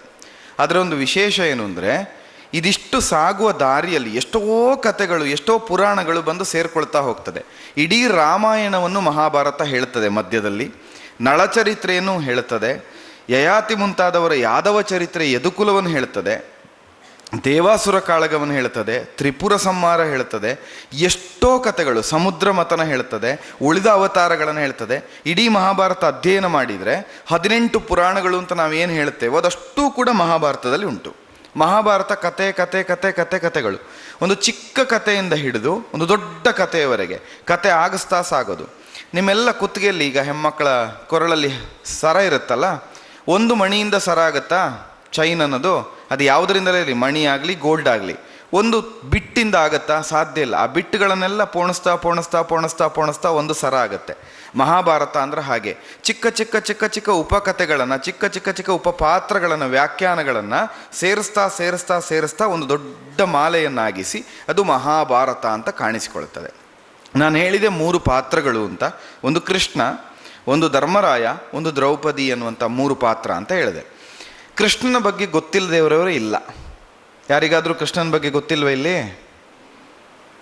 ಇದ್ದೀರಾ ಯಾರಾದರೂ? ಕೃಷ್ಣ ಅಂದರೆ ಯಾರು ಅಂತಲೇ ಗೊತ್ತಿಲ್ಲದೆ ಇರೋರು ಇಲ್ಲ ಅಲ್ವಾ? ಕೃಷ್ಣ ಅನ್ನೋದು ನಮಗೆಷ್ಟು ಗೊತ್ತು ಅನ್ನೋದಕ್ಕಿಂತ ಕೃಷ್ಣ ಅನ್ನೋ ಒಂದು ಪಾತ್ರ, ಇವತ್ತು ನೀವು PUC ಮಕ್ಕಳವರೆಗೂ ಇದ್ದೀರಿ, ಅದರಿಂದ ಹೇಳ್ತಾ ಇದ್ದೀನಿ, ಜಾಗತಿಕವಾಗಿ world wide across the globe Krishna ಅನ್ನುವಂಥ ಒಂದು ಪಾತ್ರ ಇಡೀ ಯಾವ ಪುರಾಣದಲ್ಲಿಯೂ, ಯಾವ ಕಾವ್ಯ ಪರಂಪರೆಗಳಲ್ಲಿಯೂ, ಅಥವಾ ಯಾವುದೇ ಫ್ರಿಕ್ಷನ್ಗಳಲ್ಲಿ ಕೂಡ, ಒಂದು ಕಾಲ್ಪನಿಕ ಕಥೆಗಳಲ್ಲಿ ಕೂಡ ಕೃಷ್ಣನಂಥ ಮತ್ತೊಂದು ಪಾತ್ರವನ್ನು ಕಾಣಲಿಕ್ಕೆ ಈವರೆಗೆ ಸಾಧ್ಯ ಆಗಲಿಲ್ಲ. ಇದೊಂದು ಅದ್ಭುತವಾದ ಸತ್ಯ. ಕೃಷ್ಣ ಏನು ಅಂತ ಕೇಳಿದರೆ ಕೃಷ್ಣ ಎಲ್ಲವೂ ಹೌದು. ಕೃಷ್ಣ ಸೈಕಿಯಾಟ್ರಿಸ್ಟ ಕೇಳಿದರೆ ಹೌದು, ಕೃಷ್ಣ ಡಾಕ್ಟರ ಕೇಳಿದರೆ ಹೌದು, ಕೃಷ್ಣ ಅಡ್ಮಿನಿಸ್ಟ್ರೇಟರ ಕೇಳಿದರೆ ಹೌದು, ಕೃಷ್ಣ ಒಬ್ಬ ಪೊಲಿಟಿಷಿಯನ್ನ ಕೇಳಿದರೆ ಹೌದು, ಕೃಷ್ಣ ಒಬ್ಬ ನೀತಿಶಾಸ್ತ್ರಜ್ಞನ ಸ್ಟ್ರಾಟಜಿಸ್ಟ ಕೇಳಿದರೆ ಹೌದು, ಕೃಷ್ಣ ಒಬ್ಬ ವಿಷನರಿಯ ಹೌದು. ಯಾವುದಲ್ಲ ಕೃಷ್ಣ. ಕೃಷ್ಣ ಏನು ಕೇಳಿದರೂ ಹೌದು. ಕೃಷ್ಣ ಒಬ್ಬ ಪೊಯೆಟ್, ಕವಿಯ ಹೌದು. ಕೃಷ್ಣ ಒಬ್ಬ ಒರೇಟರ್, ಒಳ್ಳೆ ಮಾತುಗಾರನ ಹೌದು, ಕೃಷ್ಣ ವಾಗ್ಮಿ. ನೀವು ಯಾವುದನ್ನು ತಗೊಳ್ಳಿ, ಕೃಷ್ಣ ಪ್ರತಿಯೊಂದು ಆಗಿದ್ದಾನೆ. ಅದು ಕೃಷ್ಣ ಅನ್ನುವಂಥ ಒಂದು ಅದ್ಭುತವಾದ ಪಾತ್ರ. ಕೃಷ್ಣ ಪಾತ್ರವನ್ನು ಮಹಾಭಾರತದಲ್ಲಿ ಕೃಷ್ಣನ ಮಹಿಮೆಗಳನ್ನು ತೋರಿಸಿದ್ದು ಕಡಿಮೆ, ಕೃಷ್ಣನ ಮಹಿಮೆಗಳನ್ನು ಭಾಗವತದಲ್ಲಿ ತುಂಬ ವಿಸ್ತಾರವಾಗಿ ತೋರಿಸಿದ್ದಾರೆ. ಮಹಾಭಾರತದಲ್ಲಿ ಕೃಷ್ಣನನ್ನು ಒಬ್ಬ ಮನುಷ್ಯ ಮಾತ್ರನಾಗಿ ಏನು ಮಾಡಬಹುದು, ದೇವರಾಗಿ ಅಲ್ಲ, ಒಬ್ಬ ಮನುಷ್ಯ ಮಾತ್ರನಾಗಿ ಏನು ಮಾಡಬಹುದು ಅನ್ನೋದನ್ನು ತುಂಬ ಸುಂದರವಾಗಿ ತೋರಿಸ್ತಾ ಸಾಕ್ತಾರೆ. ಇದರಲ್ಲಿ ಒಂದು ದೊಡ್ಡ ಸಂದೇಶ, ಒಂದು ತತ್ವ ಏನು ಅಂದರೆ, ನಾವೆಲ್ಲ ಮನುಷ್ಯರು ಅಂತ ಹೇಳ್ತೇವೆ, ಮಾನವನು ಸಾಧಿಸ್ತಾ ಸಾಧನೆಯನ್ನು ಮಾಡಿದರೆ ಮಾಧವನಾಗಬಹುದು. ಮಾಧವ ಅಂದರೆ ಕೃಷ್ಣ, ಮಾಧವ ಅಂದರೆ ವಿಷ್ಣು. ನಾವು ಮಾನವನಾದವನು ಒಂದು ಜೀವನದಲ್ಲಿ ಸಾಧನೆಯ ಮೂಲಕ, ಅಚೀವ್ಮೆಂಟ್ಸ್ ಮೂಲಕ ಮಾಧವನಾಗುವುದಕ್ಕೆ ಸಾಧ್ಯ ಅನ್ನೋದನ್ನು ಇಡೀ ಮಹಾಭಾರತದಲ್ಲಿ ಕೃಷ್ಣ ಮೊದಲಿನಿಂದ ಕೊನೆಯವರೆಗೆ ತೋರಿಸ್ತಾ ಹೋಗ್ತಾನೆ. ಕೃಷ್ಣ ಒಬ್ಬ ಪವಾಡ ಪುರುಷ, ನಿಂತ್ಕೊಂಡು ಜುಮ್ ಅಂತ ಒಂದು ಮ್ಯಾಜಿಕ್ ಮಾಡಿದ ತಕ್ಷಣ ಎಲ್ಲ ಆಯಿತು, ಆಗಲಿಲ್ಲ. ಮಹಾಭಾರತದಲ್ಲಿ ಆ ರೀತಿ ಚಿತ್ರಣವನ್ನೇ ಮಾಡಲಿಲ್ಲ. ಹಾಗೆ ಮಾಡ್ತಿದ್ರೆ ಕೌರವ ಪಾಂಡವರ ಯುದ್ಧವೇ ಆಗಬೇಕಾಗಿರಲಿಲ್ಲ. ಏನೂ ಆಗದೆ ಕೌರವರು ಸತ್ತು ಬೀಳ್ತಿದ್ರು, ಏನೂ ಆಗದೆ ಎಲ್ಲ ಕತೆ ನಡೀತಿತ್ತು. ಹಾಗೆ ಮಾಡಲಿಲ್ಲ. ಒಬ್ಬ ಸ್ಟ್ರಾಟಜಿಸ್ಟ್, ಒಬ್ಬ ವಿಷನರಿಯಾಗಿ, ಒಬ್ಬ ಶಾಂತಿದೂತನಾಗಿ, ಒಬ್ಬ ಪೊಲಿಟಿಷಿಯನ್ ಆಗಿ ಹೇಗೆಲ್ಲ ಯೋಚನೆ ಮಾಡಬಹುದು, ಒಬ್ಬ ಸಮಗ್ರ ರಾಜಕಾರಣಿಯಾಗಿ, ಒಬ್ಬ ತತ್ವಜ್ಞಾನಿ ಫಿಲಾಸಫರ್ ಆಗಿ ಹೇಗೆ ಕೆಲಸ ಮಾಡಬಹುದು ಅನ್ನೋದನ್ನು ಕೃಷ್ಣ ತೋರಿಸ್ತಾ ಸಾಕ್ತಾನೆ ಕ್ಯಾರೆಕ್ಟರ್ನಲ್ಲಿ. ಪ್ರತಿಯೊಂದು ಸಂದರ್ಭದಲ್ಲಿಯೂ ನಾನು ಕೃಷ್ಣನನ್ನು ಮಹಾಭಾರತದ ಧರ್ಮರಾಯ ದ್ರೌಪದಿಗೆ ಲಿಂಕ್ ಮಾಡಿಕೊಂಡು ಮುಂದೆ ಸಾಕ್ತೇನೆ. ಮೊದಲ ಬಾರಿ ಕೃಷ್ಣ ಮತ್ತು ಪಾಂಡವರ ಭೇಟಿ ಆಗೋದು ನಮಗೆ ಎಲ್ರಿಗೂ ಗೊತ್ತಿರುವ ಹಾಗೆ, ದ್ರೌಪದಿ ಸ್ವಯಂವರಕ್ಕಿಂತ ಸ್ವಲ್ಪ ಮೊದಲು ಏಕಚಕ್ರ ನಗರದಲ್ಲಿ ಕೃಷ್ಣ ಪಾಂಡವರನ್ನು ಹುಡುಕೊಂಡು ಹೋಗ್ತಾನೆ. ಒಂದು ವಿಶೇಷ ಅಂದರೆ, ಕೃಷ್ಣನ ನೇಚರ್ ಅಥವಾ ಕೃಷ್ಣನ ಕ್ಯಾಲಿಬರ್ ಹೇಗೆ ಅಂದರೆ ಎಷ್ಟು ವಿಚಿತ್ರ ಅಂದರೆ, ಕಂಸ ಯಾರು ಅಂತ ನಮಗೆ ಗೊತ್ತು, ಕೃಷ್ಣನ ಮಾವ ಕಂಸ, ಹೌದಾ? ಮಾವ ಅಂದರೆ ಕೃಷ್ಣನ ತಾಯಿ ದೇವಕಿಗೆ ಅಣ್ಣ ಕಂಸ. ಸೋದರ ಮಾವ ಅಂತ ನಾವು ಸ್ಪಷ್ಟ ಹೇಳಬೇಕಿದ್ರೆ ಸೋದರ ಮಾವ ಕಂಸ. ಸೋದರ ಮಾವ ಅಂದರೆ ಏನು ಅಂತ ಕೇಳಿದರೆ ತಂದೆಗೆ ಸಮಾನ ಅಂತ. ನಾವು ತಂದೆಯನ್ನು ಎಷ್ಟು ರೆಸ್ಪೆಕ್ಟ್ ಮಾಡ್ತೇವೋ ಅಷ್ಟೇ ರೆಸ್ಪೆಕ್ಟನ್ನು ಸೋದರ ಮಾವನಿಗೆ ಕೊಡಬೇಕು ಅಂತ ಶಾಸ್ತ್ರ ಹೇಳ್ತದೆ. ಕೃಷ್ಣ ಏನು ಮಾಡ್ದ? ಹೋಗಿ ಸೋದರ ಮಾವನನ್ನೇ ಕೊಂದ. ಸೋದರ ಮಾವನನ್ನು ತಂದೆ ಅಂತ ರೆಸ್ಪೆಕ್ಟ್ ಮಾಡಬೇಕು ಅಂತ ಹೇಳೋ ಶಾಸ್ತ್ರ, ಕೃಷ್ಣ ಏನು ಮಾಡ್ದ? ಹೋಗಿ ಸೋದರ ಮಾವನನ್ನೇ ಕೊಂದ. ಅದರ ಅರ್ಥ ಏನು? ತಪ್ಪು ಮಾಡಿದರೆ, ನನ್ನ ಮನೆಯಲ್ಲೇ ತಪ್ಪು ಮಾಡಿದ ಅಪರಾಧಿಗಳಿಗಿದ್ರೂ ನಾನು ಶಿಕ್ಷೆ ಕೊಡ್ತೇನೆ. ಇದು ಧರ್ಮ. ನಾವೇನು ಮಾಡ್ತೀವಿ? ಇಬ್ಬರು ಸೇರಿ ಮಾತಾಡ್ತೀವಿ ಕ್ಲಾಸಲ್ಲಿ ಕೂತ್ಕೊಂಡು. ಟೀಚರ್ ಯಾರು ಮಾತಾಡಿದ್ದು ಕೇಳುವಾಗ, ಪಾಪ ನನ್ನ ಫ್ರೆಂಡ್ ಅಲ್ಲ ಅಂತ, ಗೊತ್ತೇ ಇಲ್ಲ ಅಂತ ಹೇಳ್ತೀವಿ. ಟೀಚರ್ ಇಲ್ಲದೆ ಇರುವಾಗ ಡೆಸ್ಕ್ ಮೇಲೋ ಬೋರ್ಡ್ ಮೇಲೋ ಏನೋ ಬರೆದು ಬರ್ತೀವಿ. ಟೀಚರ್ಸ್ ಬಂದು ಜೋರು ಮಾಡ್ತಾರೆ, ಯಾರು ಬರೆದಿರೋದು ಅಂತ ಗೊತ್ತಿರುತ್ತೆ. ನನ್ನ ಫ್ರೆಂಡ್ ಅಲ್ವಾ ಪಾಪ ಅಂತ, ನೋಡೇ ಇಲ್ಲ, ನಾನು ಹೊರಗಡೆ ಹೋಗಿದ್ದೆ ನೀರು ಕುಡಿಯೋದಕ್ಕೆ ಅಂತ ಸುಳ್ಳು ಹೇಳ್ತೀವಿ. ನಮ್ಮವರನ್ನು ಕಾಪಾಡಬೇಕು ಅಂತ ಸುಳ್ಳು ಹೇಳ್ತೀವಿ. ಅದಲ್ಲ. ಕೃಷ್ಣ ಏನು ಹೇಳಿದ?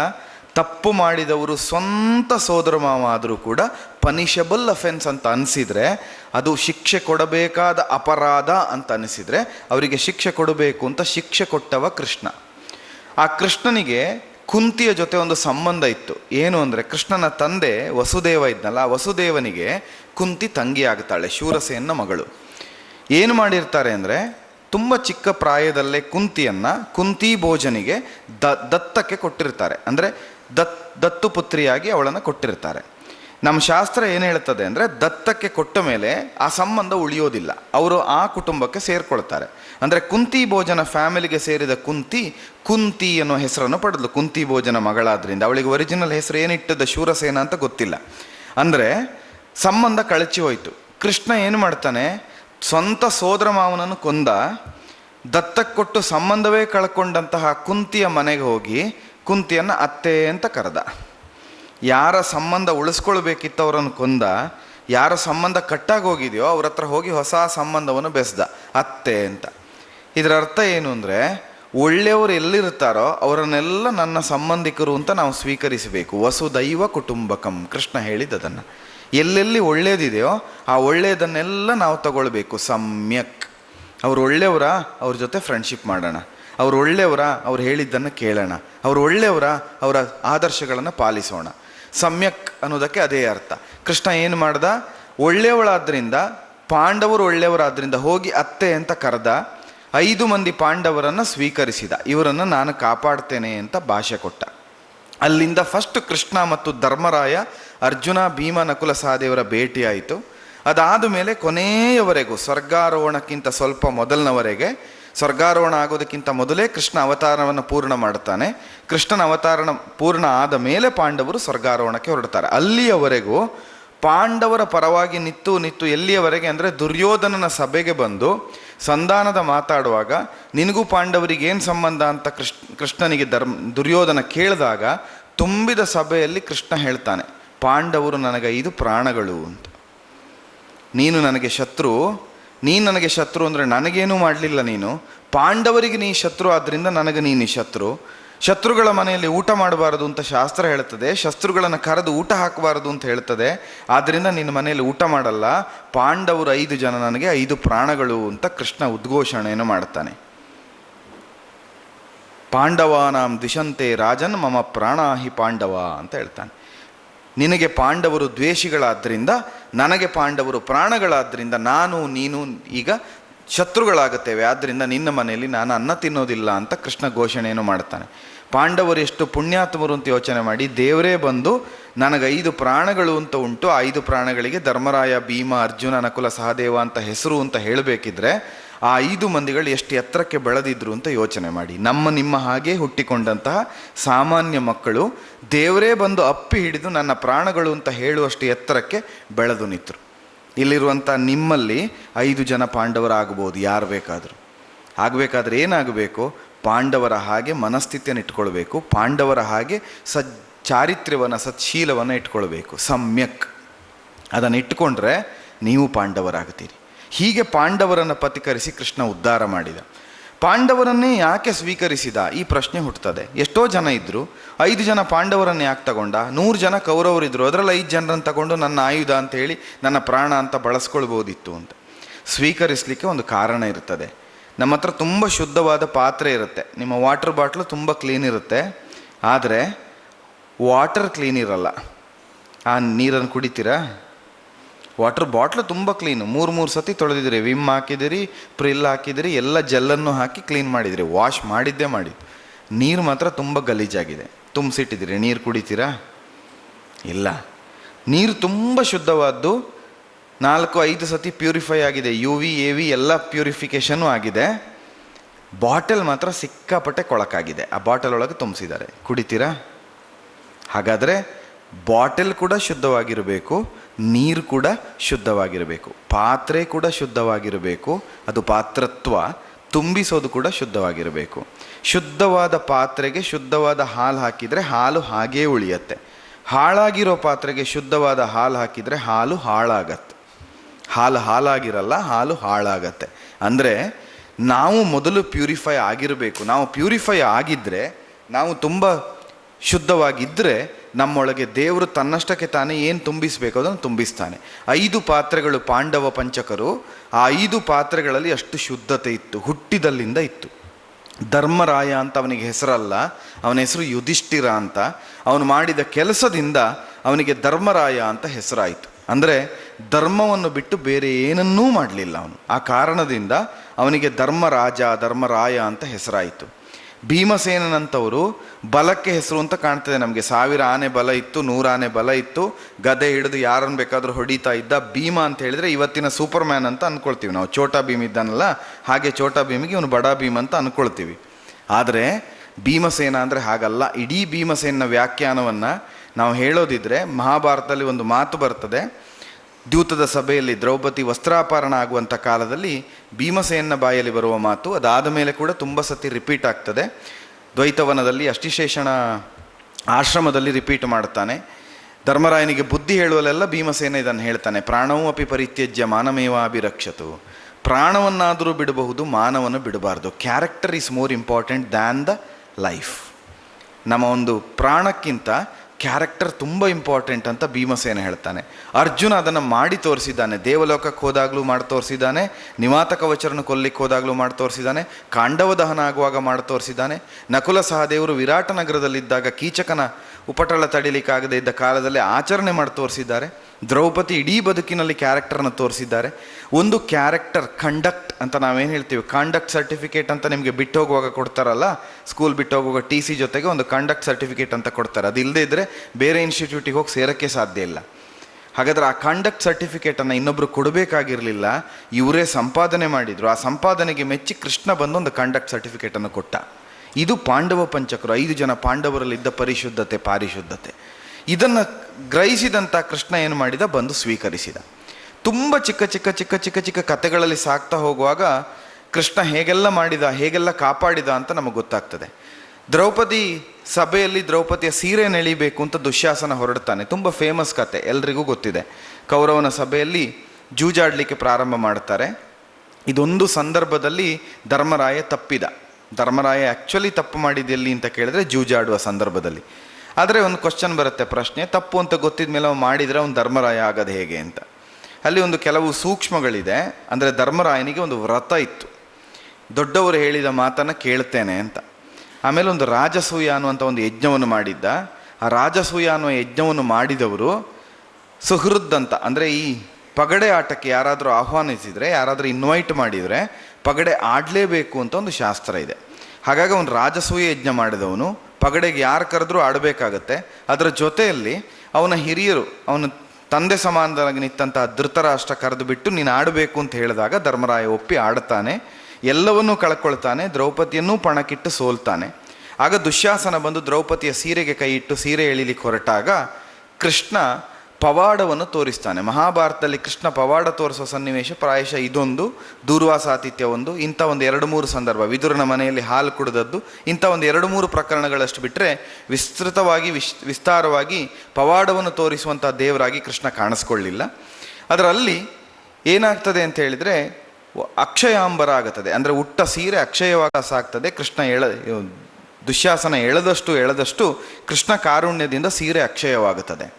ಇಲ್ಲಿ ಒಂದು ದೊಡ್ಡ ತತ್ವ ಇದೆ, ನಾವೆಲ್ಲ ತಿಳ್ಕೊಳ್ಬೇಕಾದ ತತ್ವ. ಈಗಿಂದ ಮಕ್ಕಳು ನೀವು ತಿಳ್ಕೊಳ್ಬೇಕಾದ ತತ್ವ ಏನು ಅಂದರೆ, ದ್ರೌಪದಿ ತನ್ನ ಸೀರೆಯನ್ನು ತಾನು ತನ್ನ ಮಾನವನ ರಕ್ಷಿಸಿಕೊಳ್ತೇನೆ ಅಂತ ಸೀರೆಯ ಸೆರಗನ್ನು ಒಂದು ಕೈಯಲ್ಲಿ ಗಟ್ಟಿಯಾಗಿ ಹಿಡ್ಕೊಂಡು ಇನ್ನೊಂದು ಕೈಯನ್ನು ಹೀಗೆ ಎದೆ ಮೇಲೆ ಇಟ್ಟುಕೊಂಡು ನನ್ನ ಸೀರೆಯನ್ನು ನಾನು ಉಳಿಸ್ಕೊಳ್ತೇನೆ ಅಂತ ಹೋರಾಟ ಮಾಡ್ತಾ ಇರ್ತಾಳೆ. ಏನು ಮಾಡಿದರೂ ಆಗೋದಿಲ್ಲ. ದುಶ್ಯಾಸನ ಬಲದ ಎದುರು ಅವಳಿಗೆ ಆ ಶಕ್ತಿನೇ ಬರೋದಿಲ್ಲ. ಪ್ರಯತ್ನ ಮಾಡ್ತಾಳೆ, ಸಭೆಯಲ್ಲಿ ಇದ್ದವ್ರನ್ನೆಲ್ಲ ಕೂಗಿ ಕರೀತಾಳೆ, ಭೀಷ್ಮ ಕಾಪಾಡಿ ಅಂತ ಹೇಳ್ತಾಳೆ, ದ್ರೋಣ ಕಾಪಾಡಿ ಅಂತ ಹೇಳ್ತಾಳೆ, ಧೃತರಾಷ್ಟ್ರ ಕಾಪಾಡಿ, ಗಾಂಧಾರಿ ಕಾಪಾಡಿ, ಇದ್ದವ್ರನ್ನೆಲ್ಲ ಕಾಪಾಡಿ ಕಾಪಾಡಿ ಅಂತ ಹೇಳ್ತಾಳೆ, ತನ್ನ ಗಂಡಂದ್ರನ್ನೂ ಕಾಪಾಡಿ ಅಂತ. ಯಾರೂ ಎದ್ದು ಬರಲ್ಲ, ಯಾರೂ ಮಾತಾಡಲ್ಲ. ಕೊನೆಗೆ ದುರ್ಯೋಧನನ್ನು ಬೇಡ್ಕೊಳ್ತಾಳೆ, ನೀನು ಎಷ್ಟಂದ್ರೂ ನನಗೆ ಮೈದುನ ಭಾವ, ನೀನು ಇಂಥದ್ದು ಮಾಡಬಾರ್ದು ಅಂತ ಬೇಡ್ಕೊಳ್ತಾಳೆ. ಯಾರೂ ಸಹಾಯ ಮಾಡಲ್ಲ. ಕೊನೆಗೆ ಗೊತ್ತಾಗುತ್ತೆ ಅವಳಿಗೆ ಇದೆಲ್ಲ ಟೆಂಪರರಿ ಅಂತ. ನೀವು ಮಾಡ್ತಿರಲ್ಲ ಎಕ್ಸಾಮ್ ಟೈಮ್ವರೆಗೆ, ಎಕ್ಸಾಮ್ ಬರೋವರೆಗೆ ರಿವಿಷನ್ನು, ನೋಟ್ಸು ಎಲ್ಲ ಓದ್ತೀರಿ, ಟೀಚರ್ಸ್ ಹತ್ರ ಹೋಗಿ ಡೌಟ್ ಕೇಳ್ತೀರಿ. ಕೊನೆಗೆ ಎಕ್ಸಾಮಿಗೆ ಹೋಗುವಾಗ ಏನು ಮಾಡ್ತೀರಿ?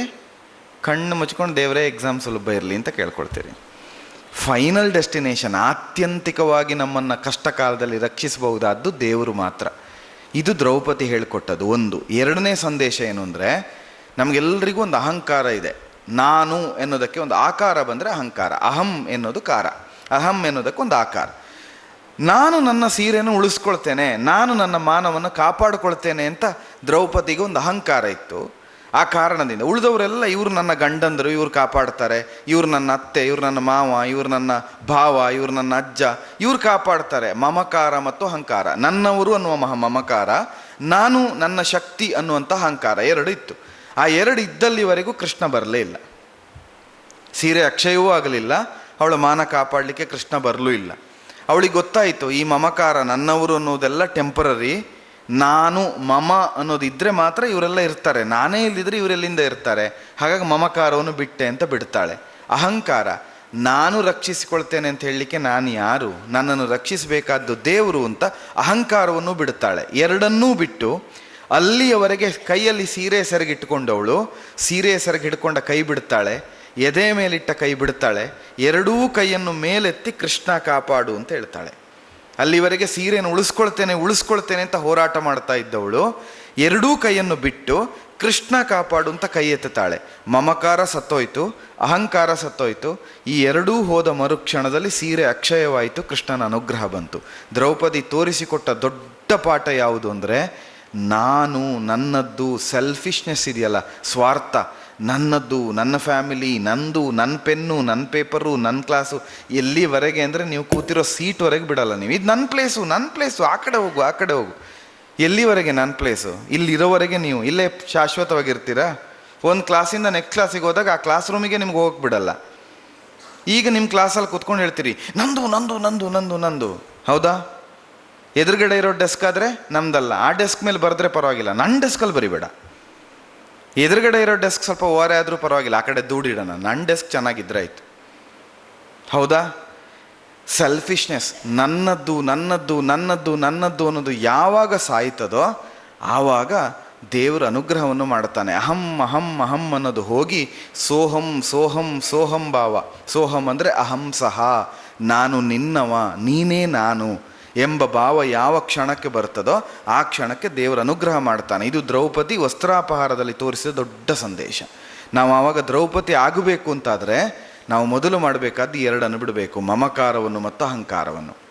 ತುಂಬ ಚಿಕ್ಕ ವಯಸ್ಸು, ನಿಮ್ಗೆ ಇದರ ಅರ್ಥ ವ್ಯಾಪ್ತಿಗಳು ವಿಸ್ತಾರ ಗೊತ್ತಾಗಲ್ಲ. ಆದರೆ ನಿಮ್ಗೆ ಈಗಲಿಂದ ಅರ್ಥ ಮಾಡ್ಕೊಳ್ಳಿ, ಫೈನಲ್ ಡೆಸ್ಟಿನೇಷನ್, ಕೊನೆಗೆ ನಮ್ಮನ್ನು ಉದ್ಧರಿಸಬಹುದಾದ್ದು, ನಮ್ಮನ್ನು ಕಾಪಾಡಬಹುದಾದ್ದು, ನಮ್ಮ ಕಷ್ಟ ಕಾಲದಲ್ಲಿ ಬಂದು ಸಹಾಯ ಮಾಡಬಹುದಾದ್ದು ದೇವರು ಮಾತ್ರ, ಕೃಷ್ಣ ಮಾತ್ರ, ಬೇರೆ ಯಾರೂ ಅಲ್ಲ. ಯಾರೂ ಬರೋದಿಲ್ಲ. ಉಳಿದದೆಲ್ಲ ಟೆಂಪರರಿ. ಪರ್ಮನೆಂಟ್ ಅಂತ ಒಂದು ಪ್ರಪಂಚದಲ್ಲಿದ್ದರೆ ಅದು ದೇವರು, ದೈವತಾಶಕ್ತಿ ಮಾತ್ರ. ಇದನ್ನು ನೀವು ಅರ್ಥ, ಇದು ದ್ರೌಪದಿ ತೋರಿಸಿಕೊಟ್ಲು. ಅದಾದ ಮೇಲೆ ದ್ರೌಪದಿಯ ಉದ್ಧರಣಕ್ಕೆ ಕೃಷ್ಣ ಬರೋದು ದುರ್ವಾಸಾತಿಥ್ಯ ಪ್ರಸಂಗದಲ್ಲಿ.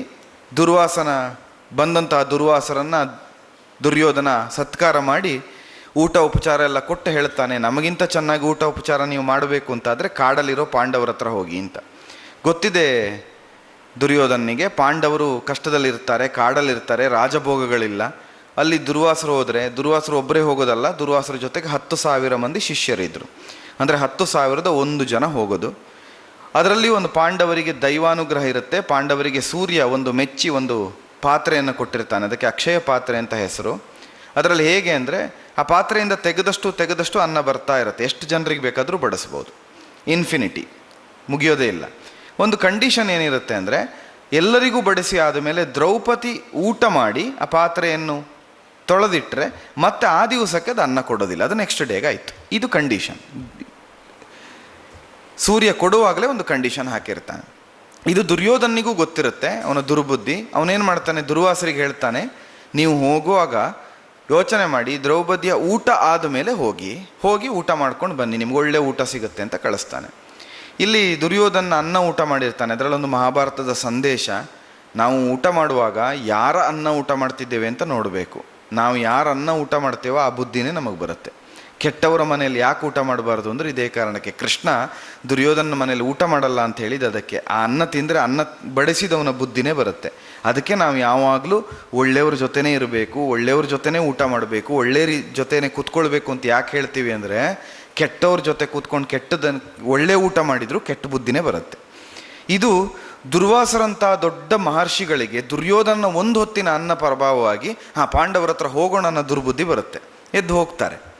ಹೋಗಿ ದ್ರೌಪದಿ ಊಟ ಆಗಿದೆ, ಹೋಗ್ಬಿಟ್ಟು ಧರ್ಮರಾಯನ ಹತ್ರ ಹೇಳ್ತಾರೆ, ನಾವು 10,000 ಜನ ಶಿಷ್ಯರ ಜೊತೆ ಬಂದಿದ್ದೀವಿ, 10,000 ಜನರಿಗೆ ಊಟ ಆಗಬೇಕು, ಹೋಗಿ ಸ್ನಾನ ಮಾಡ್ಕೊಂಡು ಬರ್ತೀವಿ ಅಂತ. ಸ್ನಾನಕ್ಕೆ ಎಲ್ಲಿಗೆ ಹೋಗೋದು? ಈಗಿನ ಥರ ವಾಶ್ರೂಮ್ಗೆ ಹೋಗಿ ಸ್ನಾನ ಮಾಡ್ಕೊಂಡು ಬರೋದಾದರೆ 10,000 ಜನ ಸ್ನಾನ ಮಾಡೋಕ್ಕೆ ಒಂದು ಇಡೀ ದಿವಸ ಬೇಕಾಗುತ್ತೆ, ಪರವಾಗಿಲ್ಲ, ನೆಕ್ಸ್ಟ್ ಡೇಗೆ ಅನ್ನ ಆಗ್ತಿತ್ತು. ಆದರೆ ಹೋಗ್ತಾ ಇದ್ದಿದ್ದು ಎಲ್ಲಿಗೆ? ಹೊಳೆಗೆ. 10,000 ಜನ ಒಟ್ಟಿಗೆ ಇಳಿದು ಒಟ್ಟಿಗೆ ಸ್ನಾನ ಮಾಡಿ ಶುದ್ಧ ಆಗಿ ಬರ್ಬೋದಿತ್ತು. ಆ ಸ್ಟೇಜಲ್ಲಿ ಅವ್ರು ಹೋಗಿ ಬರೋಷ್ಟು ಹೊತ್ತಿನಲ್ಲಿ ಊಟ ಸಿದ್ಧ ಆಗಬೇಕು. ಬಡಿಸೋದು ಹೇಗೆ? ಧರ್ಮರಾಯ ಒಪ್ಪಿದ, ದ್ರೌಪದಿನ ಕರೆದು ಹೇಳ್ದ, ಅವ್ರಿಗೆ ಬರ್ತಾರೆ, ಊಟದ ವ್ಯವಸ್ಥೆ ಮಾಡು ಅಂತ. ಎಲ್ಲಿಂದ ಮಾಡೋದು? ಅಕ್ಷಯ ಪಾತ್ರೆಯನ್ನು ಇವ್ರು ಊಟ ಮಾಡಿ ತೊಳೆದಿಟ್ಟಾಗಿದೆ, ಇವತ್ತನ್ನ ಕೊಡಲ್ಲ. ಚಿಂತೆ ಆಗುತ್ತೆ. ನಾನು ಆವಾಗಲೇ ಹೇಳಿದಾಗ, ಕಷ್ಟ ಕಾಲ, ಕೊನೆಗೆ ಯಾರಿಲ್ಲ, ಧರ್ಮರಾಯನು ಕಾಪಾಡಲ್ಲ, ಭೀಮನಿಗೂ ಆಗಲ್ಲ. ಆವಾಗ ಯಾರು ಕಾಪಾಡ್ತಾರೆ ಅಂತ ಕೇಳಿದ್ರೆ ಕಾಪಾಡೋನು ಕೃಷ್ಣ. ಆತ್ಯಂತಿಕವಾಗಿ God, final destination is God. ಆಗ ಕೃಷ್ಣನನ್ನು ಪ್ರಾರ್ಥನೆ ಮಾಡ್ತಾಳೆ, ಧ್ಯಾನ ಮಾಡ್ತಾಳೆ. ಕೃಷ್ಣ ಬರ್ತಾನೆ. ಕೃಷ್ಣ ಬಂದು ಯಾಕೆ ಅಳ್ತಾ ಇದ್ದಿ ಅಂತ ಕೇಳ್ತಾನೆ. ಆಗ ದ್ರೌಪದಿ ಹೇಳ್ತಾಳೆ, ದುರ್ವಾಸರಿಗೆ ಊಟ ಬಡಿಸ್ಬೇಕಂತ 10,000 ಜನರಿಗೆ, ನಾವು ಊಟ ಮಾಡಾಗಿದೆ, ಅಕ್ಷಯ ಪಾತ್ರೆ ಇನ್ನು ಅನ್ನ ಕೊಡ್ಲಿಕ್ಕೆ ಸಾಧ್ಯವಿಲ್ಲ, ಏನು ಮಾಡೋದು ಅಂತ. ಆವಾಗ ಕೃಷ್ಣ ಹೇಳ್ತಾನಂತೆ, ಪರವಾಗಿಲ್ಲ, ಅವ್ರಿಗೆ ಊಟ ಮಾಡೋದು ಆಮೇಲೆ ನೋಡೋಣ, ಮೊದಲು ನನಗೆ ಹಸಿವಾಗ್ತಿದೆ, ನನಗೇನಾದರೂ ಬಡಿಸು ಅಂತ. ದೇವರ ಮಹಿಮೆ ನೋಡಿ, ಕೃಷ್ಣ ಒಬ್ಬ ಎಷ್ಟು ಒಳ್ಳೆ ಸ್ಟ್ರಾಟಜಿಸ್ಟ್ ಅಂತ ನೋಡಿ. ಫಸ್ಟ್ ನಾವೇನು ಅರ್ಥ ಮಾಡ್ಕೊಳ್ಬೇಕು ಅಂದರೆ, ನೀವು PUC ಮಕ್ಕಳು ಬರೀತೀರಿ ತುಂಬ ಎಕ್ಸಾಮ್ ಬರೆಯುವಾಗ, ಆಪ್ಟಿಮಮ್ ಯುಟಿಲೈಸೇಷನ್ ಆಫ್ ರಿಸೋರ್ಸಸ್ ಅಂತ. ನಮ್ಮಲ್ಲಿರುವ ಸಂಪನ್ಮೂಲಗಳ ಗರಿಷ್ಠ ಬಳಕೆ ಅಥವಾ ಫೀಸಿಬಲ್ ಯುಟಿಲೈಸೇಷನ್ ಆಫ್ ರಿಸೋರ್ಸಸ್ ಅಂತ, ಇರುವ ಸಂಪನ್ಮೂಲಗಳನ್ನು ಬಳಸಿಕೊಳ್ಳೋದು ಅಂತ. ಕೃಷ್ಣ ಅದನ್ನು ತೋರಿಸಿಕೊಟ್ಟ ಒಂದು ಮ್ಯಾನೇಜ್ಮೆಂಟ್ ಲೆಸನ್, ಅದು ಮ್ಯಾನೇಜ್ಮೆಂಟ್ ಸೈನ್ಸ್, ಅದು ಸೈಕಾಲಜಿ ಕೂಡ ಹೌದು. ನಾವೆಲ್ಲ ಕಷ್ಟದಲ್ಲಿರುವಾಗ ನಮ್ಮ ಹತ್ರ ಇರುವ ನಮ್ಮ ಪೊಟೆನ್ಷಿಯಲ್, ಸಾಟ್ ಅನಾಲಿಸಿಸ್ ಅಂತೀವಲ್ಲ, ಸ್ಟ್ರೆಂತ್, ವೀಕ್ನೆಸ್, ಆಪರ್ಚುನಿಟಿ, ಥ್ರೆಟ್ ಅಂತ. ನಮ್ಮ ಸ್ಟ್ರೆಂತನ್ನು ಮರೆತು ಬಿಡ್ತೀವಿ, ಆ ವೀಕ್ನೆಸ್ ಮತ್ತು ಥ್ರೆಟ್ಟನ್ನು ಹಿಡ್ಕೊಂಡು ಇದು ಮಾಡ್ತೀವಿ. ಅಯ್ಯೋ ತೊಳೆದಿಟ್ಟಾಗಿದೆ, ಅನ್ನ ಇಲ್ಲ, ಏನು ಮಾಡಲಿ ಅಂತ. ಕೃಷ್ಣ ಏನು ಹೇಳಿದ, ಇರೋದನ್ನು ಫಸ್ಟ್ ನೋಡು, ನಿನ್ನ ಹತ್ರ ಏನಿದೆ ಅದನ್ನು ಫಸ್ಟ್ ಹುಡುಕು, ಇಲ್ಲದೆ ಇರೋದಕ್ಕೋಗಿ ಅಳಬೇಡ ಅಂಥೇಳಿ ಆ ಪಾತ್ರೆ ತೊಗೊಂಡು ಬಾ ಅಂತ ಹೇಳ್ತೀನಿ. ದ್ರೌಪದಿ ಹೋಗಿ ಪಾತ್ರೆಯನ್ನು ತಗೊಂಡು ಬರ್ತಾಳೆ. ತಂದ ಪಾತ್ರೆ ತೊಳೆದಿಟ್ಟಾಗಿದೆ. ಆದರೆ ಕೃಷ್ಣ ಏನು ಮಾಡ್ತಾನೆ, ಸುಮ್ಮನೆ ಕೈ ಹಾಕಿ ಎಲ್ಲ ಕಡೆಯಲ್ಲೂ ಒಂದು ಸತಿ ಕೈ ಹಾಕ್ತಾನೆ. ಆ ಪಾತ್ರೆ ಅಂಚು ಹಿಡಿ ಎಲ್ಲ ಕಡೆ ಕೈ ಹಾಕ್ತಾನೆ. ಒಂದು ಅಗಳನ್ನ ಉಳಿದಿರುತ್ತೆ. ಅದು ಕೃಷ್ಣ ಸಂಕಲ್ಪ. ಅದಕ್ಕೆ ಇನ್ನೊಂದು ಮುಖ ನೀವು ಯೋಚನೆ ಮಾಡಿದರೆ, ಆ ದ್ರೌಪದಿಗೆ ಪಾತ್ರೆ ತೊಳಿಲಿಕ್ಕೆ ಬರಲ್ಲ, ಒಂದು ಅಗಳಿ ಅನ್ನ ಇರೋ ಹಾಗೆ ಪಾತ್ರೆ ತೊಳೆದಿದ್ಲು ಅಂತ ಯೋಚನೆ ಮಾಡ್ತೀವಿ ಅಲ್ವಾ? ಹಾಗಲ್ಲ, ಕೃಷ್ಣ ಸಂಕಲ್ಪ. ಕೃಷ್ಣ ಮನಸ್ಸು ಮಾಡಿದರೆ ಇಲ್ಲದೇ ಇರೋಲ್ಲೂ ಒಂದು ಕಾಳನ್ನು, ಒಂದು ಕಾಳಕ್ಕಿ ಸಿಗತ್ತೆ. ಆ ಒಂದು ಅಗಳ ಅನ್ನವನ್ನು ಕೃಷ್ಣ ತೆಗಿತಾನೆ. ತೆಗೆದುಬಿಟ್ಟು, ಪರವಾಗಿಲ್ಲ, ಇಷ್ಟಾದರೂ ಉಳಿಸಿದ್ಯಲ್ಲ, ಇಷ್ಟು ಸಾಕು ನನಗೆ, ಇದನ್ನು ತಿಂತೀನಿ ನಾನು ಅಂತ ತಿಂದು, ಒಂದು ಅಗಳ ಅನ್ನವನ್ನು ತಿಂದು ಗಟ್ಟಿಯಾಗಿ ತೇಗ್ತಾನೆ. ಒಂದು ಅಗಳನ್ನ ತಿಂದರೆ ಹೊಟ್ಟೆ ತುಂಬುತ್ತದ? ತುಂಬಲ್ಲ. ಯಾರಿಗೆ ತುಂಬುತ್ತೆ ಗೊತ್ತಾ? ದೇವ್ರಿಗೆ ತುಂಬುತ್ತೆ. ಅದಕ್ಕೋಸ್ಕರ ಏನು ಮಾಡ್ತೀವಿ ನಾವು, ಮನೆಯಲ್ಲಿ 10 ವೆರೈಟಿ ಮಾಡಿರ್ತೀವಿ. ಗಣೇಶ ಚೌತಿ ಬರಲಿ, ಇನ್ನೊಂದು ಹಬ್ಬ ಬರಲಿ, 10 ವೆರೈಟಿ ಮಾಡಿರ್ತೀವಿ. ದೇವ್ರಿಗೆ ಏನು ಮಾಡ್ತೀವಿ? 10 ವೆರೈಟಿ ತಗೊಂಡು ಹೋಗ್ತೀವ? ಇಲ್ಲ, ಎಲ್ಲ ಸ್ವಲ್ಪ ಸ್ವಲ್ಪ ತೆಗೆದು ದೇವ್ರ ಮುಂದೆ ಇಟ್ಕೊಂಡು, ದೇವರೇ ನಿನಗೆ ಅಂತ ವಾಪಸ್ ಇಮಿಡಿಯೇಟ್ ತಗೊಂಡು ಬಂದು ತಿಂತೀವಿ. ದೇವರಿಗೆ ಏನು ಕೊಡಲ್ಲ. ಹೌದಾ? ದೇವರು ನೀವು ಎದುರುಗಡೆ ತಗೊಂಡೋಗಿ ಇಟ್ಟು ತೋರಿಸ್ತಿರಲ್ಲ, ಅದಕ್ಕೆ ತೃಪ್ತನಾಗುತ್ತಾನೆ. ಅದಕ್ಕೆ ಕೃಷ್ಣನನ್ನು ಕಂಡು ಹೇಳ್ತದೆ, ಹೂವ ತರುವವರ ಮನೆಗೆ ಮೇವ ತರ್ತಾನೆ, ಹುಲ್ಲು ತರುವವರ ಮನೆಗೆ ಹೂ ತಂದು ಅವನೇ ಸುಪ್ಪತ್ತಿಗೆ ಲೇರಿಸ್ತಾನೆ. ದಾಸರದನ್ನೇ ಹೇಳಿದರು, ಮಲಗಿ ಪರಮಾದರದಿ ಪಾಡಲು ಕುಳಿತು ಕೇಳುವ, ಕುಳಿತರೆ ನಿಲ್ಲುವ, ನಿಂದರೆ ನಲಿವ, ನಲಿದರೆ ತನ್ನನೇ ತಾನೀವ ಗೋವಿಂದ. ನಾವು ಒಂದು ಸ್ಟೆಪ್ಪನ್ನು ದೇವ್ರ ಕಡೆ ಇಟ್ಟರೆ ದೇವರು ನಮ್ಮ ಕಡೆ 10 ಸ್ಟೆಪ್ಪನ್ನು ಇಡ್ತಾನೆ. ನಾವಿಡಬೇಕಾದ್ದು ಒಂದು ಹೆಜ್ಜೆ. ದ್ರೌಪದಿ ಇಟ್ಟದ್ದು ಒಂದು ಹೆಜ್ಜೆ. ಕೃಷ್ಣ ನೀನೇ ಗತಿ ಅಂತ ಪಾತ್ರೆ ಇಟ್ಲು. ಕೃಷ್ಣ ಒಂದು ಅಗಳು ಅನ್ನವನ್ನು ತೆಗೆದು ತಿಂದು ತೇಗಿದ. ಸ್ನಾನಕ್ಕೆ ಅಂತ ಹೋದ ದುರ್ವಾಸರು ಮತ್ತು ಅವರ 10,000 ಮಂದಿ ಶಿಷ್ಯರಿಗೆ ಸ್ನಾನ ಮಾಡಿ ಮೇಲೆ ಬರುವಾಗ ಹೊಟ್ಟೆ ಉಬ್ಬರಿಸಿ ತೇಗು ಬರ್ತಾ ಇದೆ, ತಿಂದಿದ್ದು ಹೆಚ್ಚಾಗಿದೆ ಅಂತ. ಎಲ್ಲ ಬರ್ತಾರೆ. ಧರ್ಮರಾಯ ಹೇಳ್ತಾನೆ ಊಟದ ವ್ಯವಸ್ಥೆ ಮಾಡೋಣ ಅಂತ. ಕೈ ಮುಗಿತಾರೆ. ಊಟದ ವ್ಯವಸ್ಥೆ ಅಲ್ಲ, ಮೊದಲು ಇದಕ್ಕೆ ಪರಿಮಾರ್ಜನೆ ಹೇಳು, ನಮಗೆ ಓವರ್ ಡೋಸ್ ಆಗಿದೆ, ಈಗ ಏನು ಮಾಡಬೇಕು ಅಂತ ಗೊತ್ತಾಗ್ತಿಲ್ಲ, ಹೊಟ್ಟೆ ಉಬ್ಬರಿಸಿದೆ, ಪರಿಹಾರ ತೋರಿಸು ಅಂತ. ಆಗ ಕೃಷ್ಣ ಹಿತವಾಕ್ಯ ಹೇಳ್ತಾನೆ, ಕೆಟ್ಟವರ ಅನ್ನ ಊಟ ಮಾಡಿದ ಪರಿಣಾಮ ಹೀಗಾಯಿತು, ಪಾಂಡವರ ಪರೀಕ್ಷೆ ಮಾಡಲಿಕ್ಕೆ ಬಂದ್ರಲ್ಲ, ಮಾಡಬೇಡಿ ಅಂತ ಕೃಷ್ಣ ಅನುಗ್ರಹ ಮಾಡಿದ ಮೇಲೆ ಅವರಿಗೆ ಸರಿಯಾಗತ್ತೆ. ಇದು 2ನೇ ಪ್ರಕರಣ. ಕೃಷ್ಣ ಖುದ್ದಾಗಿ ಬಂದು ತಾನೇ ಬಂದು ದ್ರೌಪದಿ ಪಾಂಡವರನ್ನು ಕಾಪಾಡ್ತಾನೆ. ಎಷ್ಟು ಅದ್ಭುತ ಅಂತ ನೋಡಿ. ನಮಗಿನ್ಯಾರೂ ಗತಿ ಇಲ್ಲ ಅಂತ ಹೇಳುವಾಗ ದೇವರು ಒಲಿದು ಬರ್ತಾನೆ. ಇದು ಮಹಾಭಾರತದ ದೊಡ್ಡ ಸಂದೇಶ. ನಮ್ಮ ಕಷ್ಟ ಕಾಲದಲ್ಲಿ ನಮಗೆ ಆಗೋದಿಲ್ಲ ಅಂತ ಇದ್ದಾಗ ನಮ್ಮೊಳಗೆ ಕೃಷ್ಣ ಇದ್ದಾನೆ ಅಂತ ತುಂಬ ಭಕ್ತಿಯಿಂದ ಕೃಷ್ಣನನ್ನು ಪ್ರಾರ್ಥನೆ ಮಾಡಿದರೆ ತನ್ನಷ್ಟಕ್ಕೆ ಕೃಷ್ಣ ತಾನಾಗಿ ಒಲಿದು ಬಂದು ಕಾಪಾಡ್ತಾನೆ ಪಾಂಡವರು. ನಾವು ಪಾಂಡವರಾದರೆ ಕೃಷ್ಣ ಇವತ್ತಿಗೂ ಕಾಣಿಸ್ಕೊಳ್ತಾನೆ. ನಿಮ್ಮ ಸುಯೋಗ ಕೃಷ್ಣ ಇಲ್ಲೇ ಕೃಷ್ಣ ಮಂಟಪ ನಿರ್ಮಾಣ ಆಗ್ತಾ ಇದೆ, ಕೃಷ್ಣನನ್ನು ರೆಡಿ ಮಾಡ್ತಾ ಇದ್ದಾರೆ. ನಾಳೆ ಕೃಷ್ಣನನ್ನು ಪೂಜಿಸುವ ಪೂಜ್ಯ ಶ್ರೀಪಾದರು ಇಲ್ಲಿಗೆ ಬರ್ತಾರೆ. ನಿಮಗೆ ಉಡುಪಿಗೆ ಹೋಗಿ ಕೃಷ್ಣ ದರ್ಶನ ಮಾಡಬೇಕು ಅಂತಿಲ್ಲ, ಕೃಷ್ಣನನ್ನೇ ಉಡುಪಿಯಿಂದ ಇಲ್ಲಿಗೆ ತರಿಸ್ತಾ ಇದ್ದಾರೆ ನಿಮ್ಮ ಮ್ಯಾನೇಜ್ಮೆಂಟು. ನೀವು ಎಷ್ಟು ಅದೃಷ್ಟವಂತರು ಅಂತ ಯೋಚನೆ ಮಾಡಿ. ಹಾಗಾಗಿ ಇಲ್ಲಿರುವ ಅಷ್ಟು ಜನ ಮಕ್ಕಳಿದ್ದೀರಲ್ಲ, ನೀವೆಲ್ಲ ಪಾಂಡವರೇ. ಯಾಕಂದರೆ ಪಾಂಡವರಿದ್ದಲ್ಲಿಗೆ ಮಾತ್ರ ಕೃಷ್ಣ ಬರ್ತಾನೆ. ನೀವೆಲ್ಲ ಪಾಂಡವರೇ. ನಿಮ್ಮನ್ನು ಪಾಂಡವರಾಗಿ ನಿರ್ಮಾಣ ಮಾಡ್ತಾ ಇರುವಂಥ ದ್ರೋಣರೋ ಕೃಪರೋ ಇಲ್ಲಿದ್ದಾರೆ, ಎಲ್ಲ ಟೀಚರ್ಸ್, ಅಥವಾ ಇಲ್ಲಿ ಸಂಕಲ್ಪ ಶಕ್ತಿ. ಹಾಗೆ ಕೃಷ್ಣ ಪಾಂಡವರನ್ನು ಸ್ವೀಕರಿಸ್ತಾನೆ, ಪಾಂಡವರನ್ನು ಬೆಳೆಸ್ತಾನೆ. ಯುದ್ಧ ನಿರ್ಣಯ ಆಗುತ್ತದೆ. ಯುದ್ಧ ನಿರ್ಣಯ ಆಗುವಾಗ ನಿಮಗೆ ಗೊತ್ತಿದೆ, ಭಗವದ್ಗೀತೆ ಬಗ್ಗೆ ಇಲ್ಲಿ ಒಂದು ಉಪನ್ಯಾಸ ನಡೆದಿದೆ ಅಂತ ಭಾವಿಸ್ತೇನೆ. ಸೊ ಕೃಷ್ಣ ಅರ್ಜುನನಿಗೆ ಸುದೀರ್ಘವಾದ ಭಗವದ್ಗೀತೆಯನ್ನು ಬೋಧಿಸ್ತಾನೆ. ಭಗವದ್ಗೀತೆಯಲ್ಲಿ ಎಲ್ಲವೂ ಇದೆ, ಹೇಳ್ತಾ ಹೋಗ್ತಾನೆ ಹೇಗಿರಬೇಕು, ಹೇಗಿರಬಾರ್ದು, ಏನು ಮಾಡಬೇಕು, ಏನು ಮಾಡಬಾರ್ದು, ಯಾವುದು ಕರ್ಮ, ಯಾವುದು ಸನ್ಯಾಸ, ಯಾವುದು ಸಾಂಖ್ಯ, ಎಲ್ಲವನ್ನು ಹೇಳ್ತಾ ಹೋಗ್ತಾನೆ. ವಿಶ್ವರೂಪ ದರ್ಶನವನ್ನು ಮಾಡಿಸ್ತಾನೆ. ಅರ್ಜುನನಿಗೆ ಸಾರಥಿಯಾಗಿ ನಿಲ್ತಾನೆ. ಅರ್ಜುನಿಗೆ ಸಾರಥಿ ಆಗೋ ಸನ್ನಿವೇಶ ಕೂಡ ತುಂಬ ವಿಶಿಷ್ಟವಾದದ್ದು. ಕೃಷ್ಣ ಇದ್ದಲ್ಲಿಗೆ ಅರ್ಜುನ ಮತ್ತು ದುರ್ಯೋಧನ ಇಬ್ಬರು ಹೋಗಿರ್ತಾರೆ ಕೃಷ್ಣನನ್ನು ನಮ್ಮ ಪಾರ್ಟಿಗೆ ಸೇರಿಸ್ಕೊಳ್ಬೇಕು ಅಂತ. ಅವನನ್ನು ನಮ್ಮ ಪಾರ್ಟಿಗೆ ತಗೊಂಡು ಬರಬೇಕು. ಒಬ್ಬ ತುಂಬ ಬುದ್ಧಿವಂತ ಇದ್ದಾನೆ, ಅವನು ನಮ್ಮ ಪಾರ್ಟಿಲಿದ್ದರೆ ತುಂಬ ಒಳ್ಳೆಯದು ಅಂತ. ನೀವು ಕ್ಲಾಸಲ್ಲಿ ಟೀಮ್ ಮಾಡ್ಕೊಳ್ಳಿ ಅಂತ ಟೀಚರ್ಸ್ ಹೇಳಿದ ತಕ್ಷಣ ಚೆನ್ನಾಗಿ ಆಟ ಆದರೆ ಚೆನ್ನಾಗಿ ಆಡೋರ್ನೆಲ್ಲ ನಿಮ್ಮ ಟೀಮಿಗೆ ಹಾಕ್ಕೊಳ್ತೀರಿ, ಯಾಕೆ ನಾವು ಗೆಲ್ಲಬೇಕು ಅಂತ. ಹಾಗೆಯೇ ದುರ್ಯೋಧನ ಕೃಷ್ಣನನ್ನು ಏನಾದರೂ ಮಾಡಿ ನಮ್ಮ ಪಾರ್ಟಿಗೆ ಮಾಡ್ಕೊಳ್ಬೇಕು ಅಂತ ಹೋಗಿರ್ತಾನೆ. ಹೋಗುವಾಗ ಏನಾಗುತ್ತೆ, ನಾನು ಮೊದಲೇ ಹೇಳಿದೆ ನಿಮಗೆ ದ್ರೌಪದಿ ವಸ್ತ್ರಾಪಾರದ ಪ್ರಕರಣದಲ್ಲೇ, ಅಹಂಕಾರ ಮಮಕಾರ ಇದ್ದರೆ ದೇವರು ಒಲಿಯಲ್ಲ ಅಂತ. ಹೋದಾಗ ಏನಾಗುತ್ತೆ, ಕೃಷ್ಣ ಮಲಗಿ ನಿದ್ರೆ ಮಾಡಿರ್ತಾನೆ. ಕೃಷ್ಣ ಮಲಗಿ ನಿದ್ರೆ ಮಾಡಿದ್ದಾನೆ ಅಂದರೆ ನಿದ್ದೆ ಮಾಡಿದಾಗ ಮಾಡಿರ್ತಾನೆ. ಕೃಷ್ಣ ನಿಜವಾಗಿ ಮಲಗಿ ನಿದ್ರೆ ಮಾಡಿದ್ರೆ ನಾವು ಯಾರು ಬದುಕಲಿಕ್ಕೆ ಸಾಧ್ಯ ಇಲ್ಲ, ಪ್ರಪಂಚನೇ ಮಲಗುತ್ತೆ. ಕೃಷ್ಣ ಮಲಗದಾಗಿದ್ದ. ಈ ಹೋಗಿರೋ ದುರ್ಯೋಧನಿಗೆ ಒಂದು ಅಹಂಕಾರ ಬರುತ್ತೆ. ಹೋಗಿ ಇವನು ಮಲಗಿದ್ದಾನೆ, 2 ಚೇರ್ ಇದೆ, ಒಂದು ಮಂಚದ ಮೇಲ್ಗಡೆ ಕೃಷ್ಣನ ತಲೆ ಹತ್ರ, ಇನ್ನೊಂದು ಮಂಚದ ಈ ಸೈಡಲ್ಲಿ, ಅಂದರೆ ಕಾಟಿನ ಈ ಸೈಡಲ್ಲಿ, ಅಲ್ಲಿ ಕೃಷ್ಣನ ಕಾಲಿನ ಹತ್ರ ಕೂತ್ಕೊಳ್ಳೋದ, ತಲೆ ಹತ್ರ ಕೂತ್ಕೊಳ್ಳೋದ ಅಂತ. ಆಗ ದುರ್ಯೋಧನಿಗೆ ಅಹಂಕಾರ ಬರುತ್ತೆ, ನಾನೊಬ್ಬ ರಾಜ, ಹೋಗಿ ಕೃಷ್ಣನ ಕಾಲ ಹತ್ರ ಕೂತ್ಕೊಳ್ಳೋದ, ನಾನು ತಲೆ ಹತ್ರ ಕೂತ್ಕೊಳ್ತೇನೆ ಅಂತ ತಲೆ ಹತ್ರ ಕೂತ್ಕೊಳ್ತಾನೆ. ಅರ್ಜುನ ಬರ್ತಾನೆ. ಅರ್ಜುನ ಬಂದು ನೋಡ್ತಾನೆ ಕೃಷ್ಣ ಮಲಗಿದ್ದಾನೆ. ದೇವರು ಮಲಗಿದ್ದಾನೆ, ನಮಗೆ ಸೇವೆ ಮಾಡೋ ಭಾಗ್ಯ ಅಂತ ಕಾಲ ಹತ್ರ ಕೂತ್ಕೊಂಡು ಕೃಷ್ಣ ಅಂತ ಕೈ ಮುಗಿದು ಕೂತ್ಕೊಳ್ತಾನೆ. ಸ್ವಲ್ಪ ಹೊತ್ತಿಗೆ ಕೃಷ್ಣ ಹೇಳ್ತಾನೆ. ಹೇಳುವಾಗ ಏನಾಗುತ್ತೆ, ನಾವು ಹೇಗೆ ಮಲ್ಕೊಂಡಿರ್ತೀವಲ್ಲ, ಮಲ್ಕೊಂಡವ್ರು ನಾವು ಹೇಳುವಾಗ ಸಹಜವಾಗಿ ಯಾರು ಫಸ್ಟ್ ಕಣ್ಣಿಗೆ ಕಾಣಿಸ್ತಾರೆ ನಮಗೆ? ಕಾಲ ಹತ್ರ ಕೂತವ್ರು ಕಾಣಿಸ್ತಾರ, ತಲೆ ಹತ್ರ ಕೂತವ್ರು ಕಾಣಿಸ್ತಾರ ಕಣ್ಣು ಬಿಡುವಾಗ ಅಲ್ವಾ? ಕೃಷ್ಣ ಕಣ್ಣು ಬಿಡ್ತಾನೆ, ಕಾಲ ಹತ್ರ ಅರ್ಜುನ ಕೂತಿರ್ತಾನೆ. ಹೇಳ್ತಾನೆ, ಎದ್ದು ಅರ್ಜುನನ ನೋಡಿ ನಗಾಡಿ, ಏನೋ ಅರ್ಜುನ ಬಂದಿದ್ದೀನಿ ಹಿಂಗೆ ತಿರುಗ್ತಾನೆ. ಈ ಕಡೆ ದುರ್ಯೋಧನೂ ಇರ್ತಾನೆ ತಲೆ ಹತ್ರ, ಅವನನ್ನೂ ಮಾತಾಡಿಸ್ತಾನೆ. ಆಶ್ಚರ್ಯ ಆಗತ್ತೆ. ಇಬ್ಬರು ಮಾತಾಡ್ತಾರೆ. ಮಾತಾಡಿಬಿಟ್ಟು ಏನಾಗಬೇಕು ಅಂತ ಕೇಳ್ತಾನೆ. ಆಗ ದುರ್ಯೋಧನ ಇದ್ದವನು ಹೇಳ್ತಾನೆ ಫಸ್ಟಿಗೆ, ನನಗೆ ಕೃಷ್ಣ ನಿನ್ನ ಸಹಾಯ ಬೇಕು ಯುದ್ಧಕ್ಕೆ, ನೀ ನಮ್ಮ ಪಕ್ಷಕ್ಕೆ ಬರಬೇಕು ಅಂತ. ಆಗ ಕೃಷ್ಣ ಹೇಳ್ತಾನೆ, ನಾನು ಫಸ್ಟ್ ಯಾರನ್ನು ನೋಡಿದ್ನೋ ಅವ್ರ ಹತ್ರ ಫಸ್ಟ್ ಕೇಳ್ತೀನಪ್ಪ, ಅವ್ರಿಗೇನು ಬೇಕು ಅಂತ. ಅವ್ರ ಆಪ್ಷನ್ ಫಸ್ಟು, ಸೆಕೆಂಡ್ ಆಪ್ಷನ್ ನಿನಗೆ. ನಾನು ಫಸ್ಟ್ ನೋಡಿರೋದು ಅರ್ಜುನನ ಎದ್ದಾಗ, ಅರ್ಜುನನ ಕೇಳ್ತೇನೆ. ಅರ್ಜುನ ಏನು ಹೇಳ್ತಾನೋ ಆ ಆಪ್ಷನನ್ನು ಅವನಿಗಿಟ್ಟು ನಿಂಗೊಂದು ಆಪ್ಷನ್ ಕೊಡ್ತೇನೆ. ಹಾಗಂತ ಇಬ್ಬರಿಗೂ ಇಲ್ಲ ಅಂತ ಆಗಲ್ಲ, 2 ಆಪ್ಷನ್ ಮಾಡ್ತೇನೆ. ಒಂದು, ನಮ್ಮಿಡೀ ನನ್ನ ಅಣ್ಣ ಬಲರಾಮ ಮತ್ತು ನಾರಾಯಣಿ ಸೇನೆ, ಅಂದರೆ ಯಾದವರ ಸೇನೆ, ಅದನ್ನು ಒಂದು ಕಡೆ ನಾನೊಬ್ಬ ಮಾತ್ರ, ನಾನು ಯುದ್ಧವನ್ನೂ ಮಾಡಲ್ಲ. ಯಾವ ಕಾರಣಕ್ಕೂ ಆಯುಧ ಹಿಡಿದು ಯುದ್ಧ ಮಾಡಲ್ಲ, ನಾನು ಫೈಟ್ ಮಾಡಲಿಕ್ಕೆ ಆಗದೇ ಇರುವಂಥ ಕೃಷ್ಣ ಒಂದು ಕಡೆ, ಎಲ್ಲ ಮಾಡಲಿಕ್ಕೆ ಸಾಧ್ಯ ಇರುವಂಥ ಸೇನೆ ಮತ್ತು ಬಲರಾಮ ಒಂದು ಕಡೆ. 2 ಆಪ್ಷನ್ ಇದೆ. ಈ 2 ಆಪ್ಷನಲ್ಲಿ ಯಾವುದನ್ನು ಪಿಕ್ ಮಾಡ್ತಾನೆ ಅನ್ನೋದನ್ನು ನಾನು ಫಸ್ಟ್ ಅರ್ಜುನಿಗೆ ಕೇಳ್ತೇನೆ ಅಂತ. ಇಲ್ಲಿ ಒಂದು ಟೆಸ್ಟ್, ಸರ್ಪ್ರೈಸ್ ಟೆಸ್ಟ್ ಮಾಡ್ತಾರಲ್ಲ ಟೀಚರು, ಹಾಗೆ ಅರ್ಜುನಿಗೆ ಸರ್ಪ್ರೈಸ್ ಟೆಸ್ಟ್ ಮಾಡಿದ್ದು.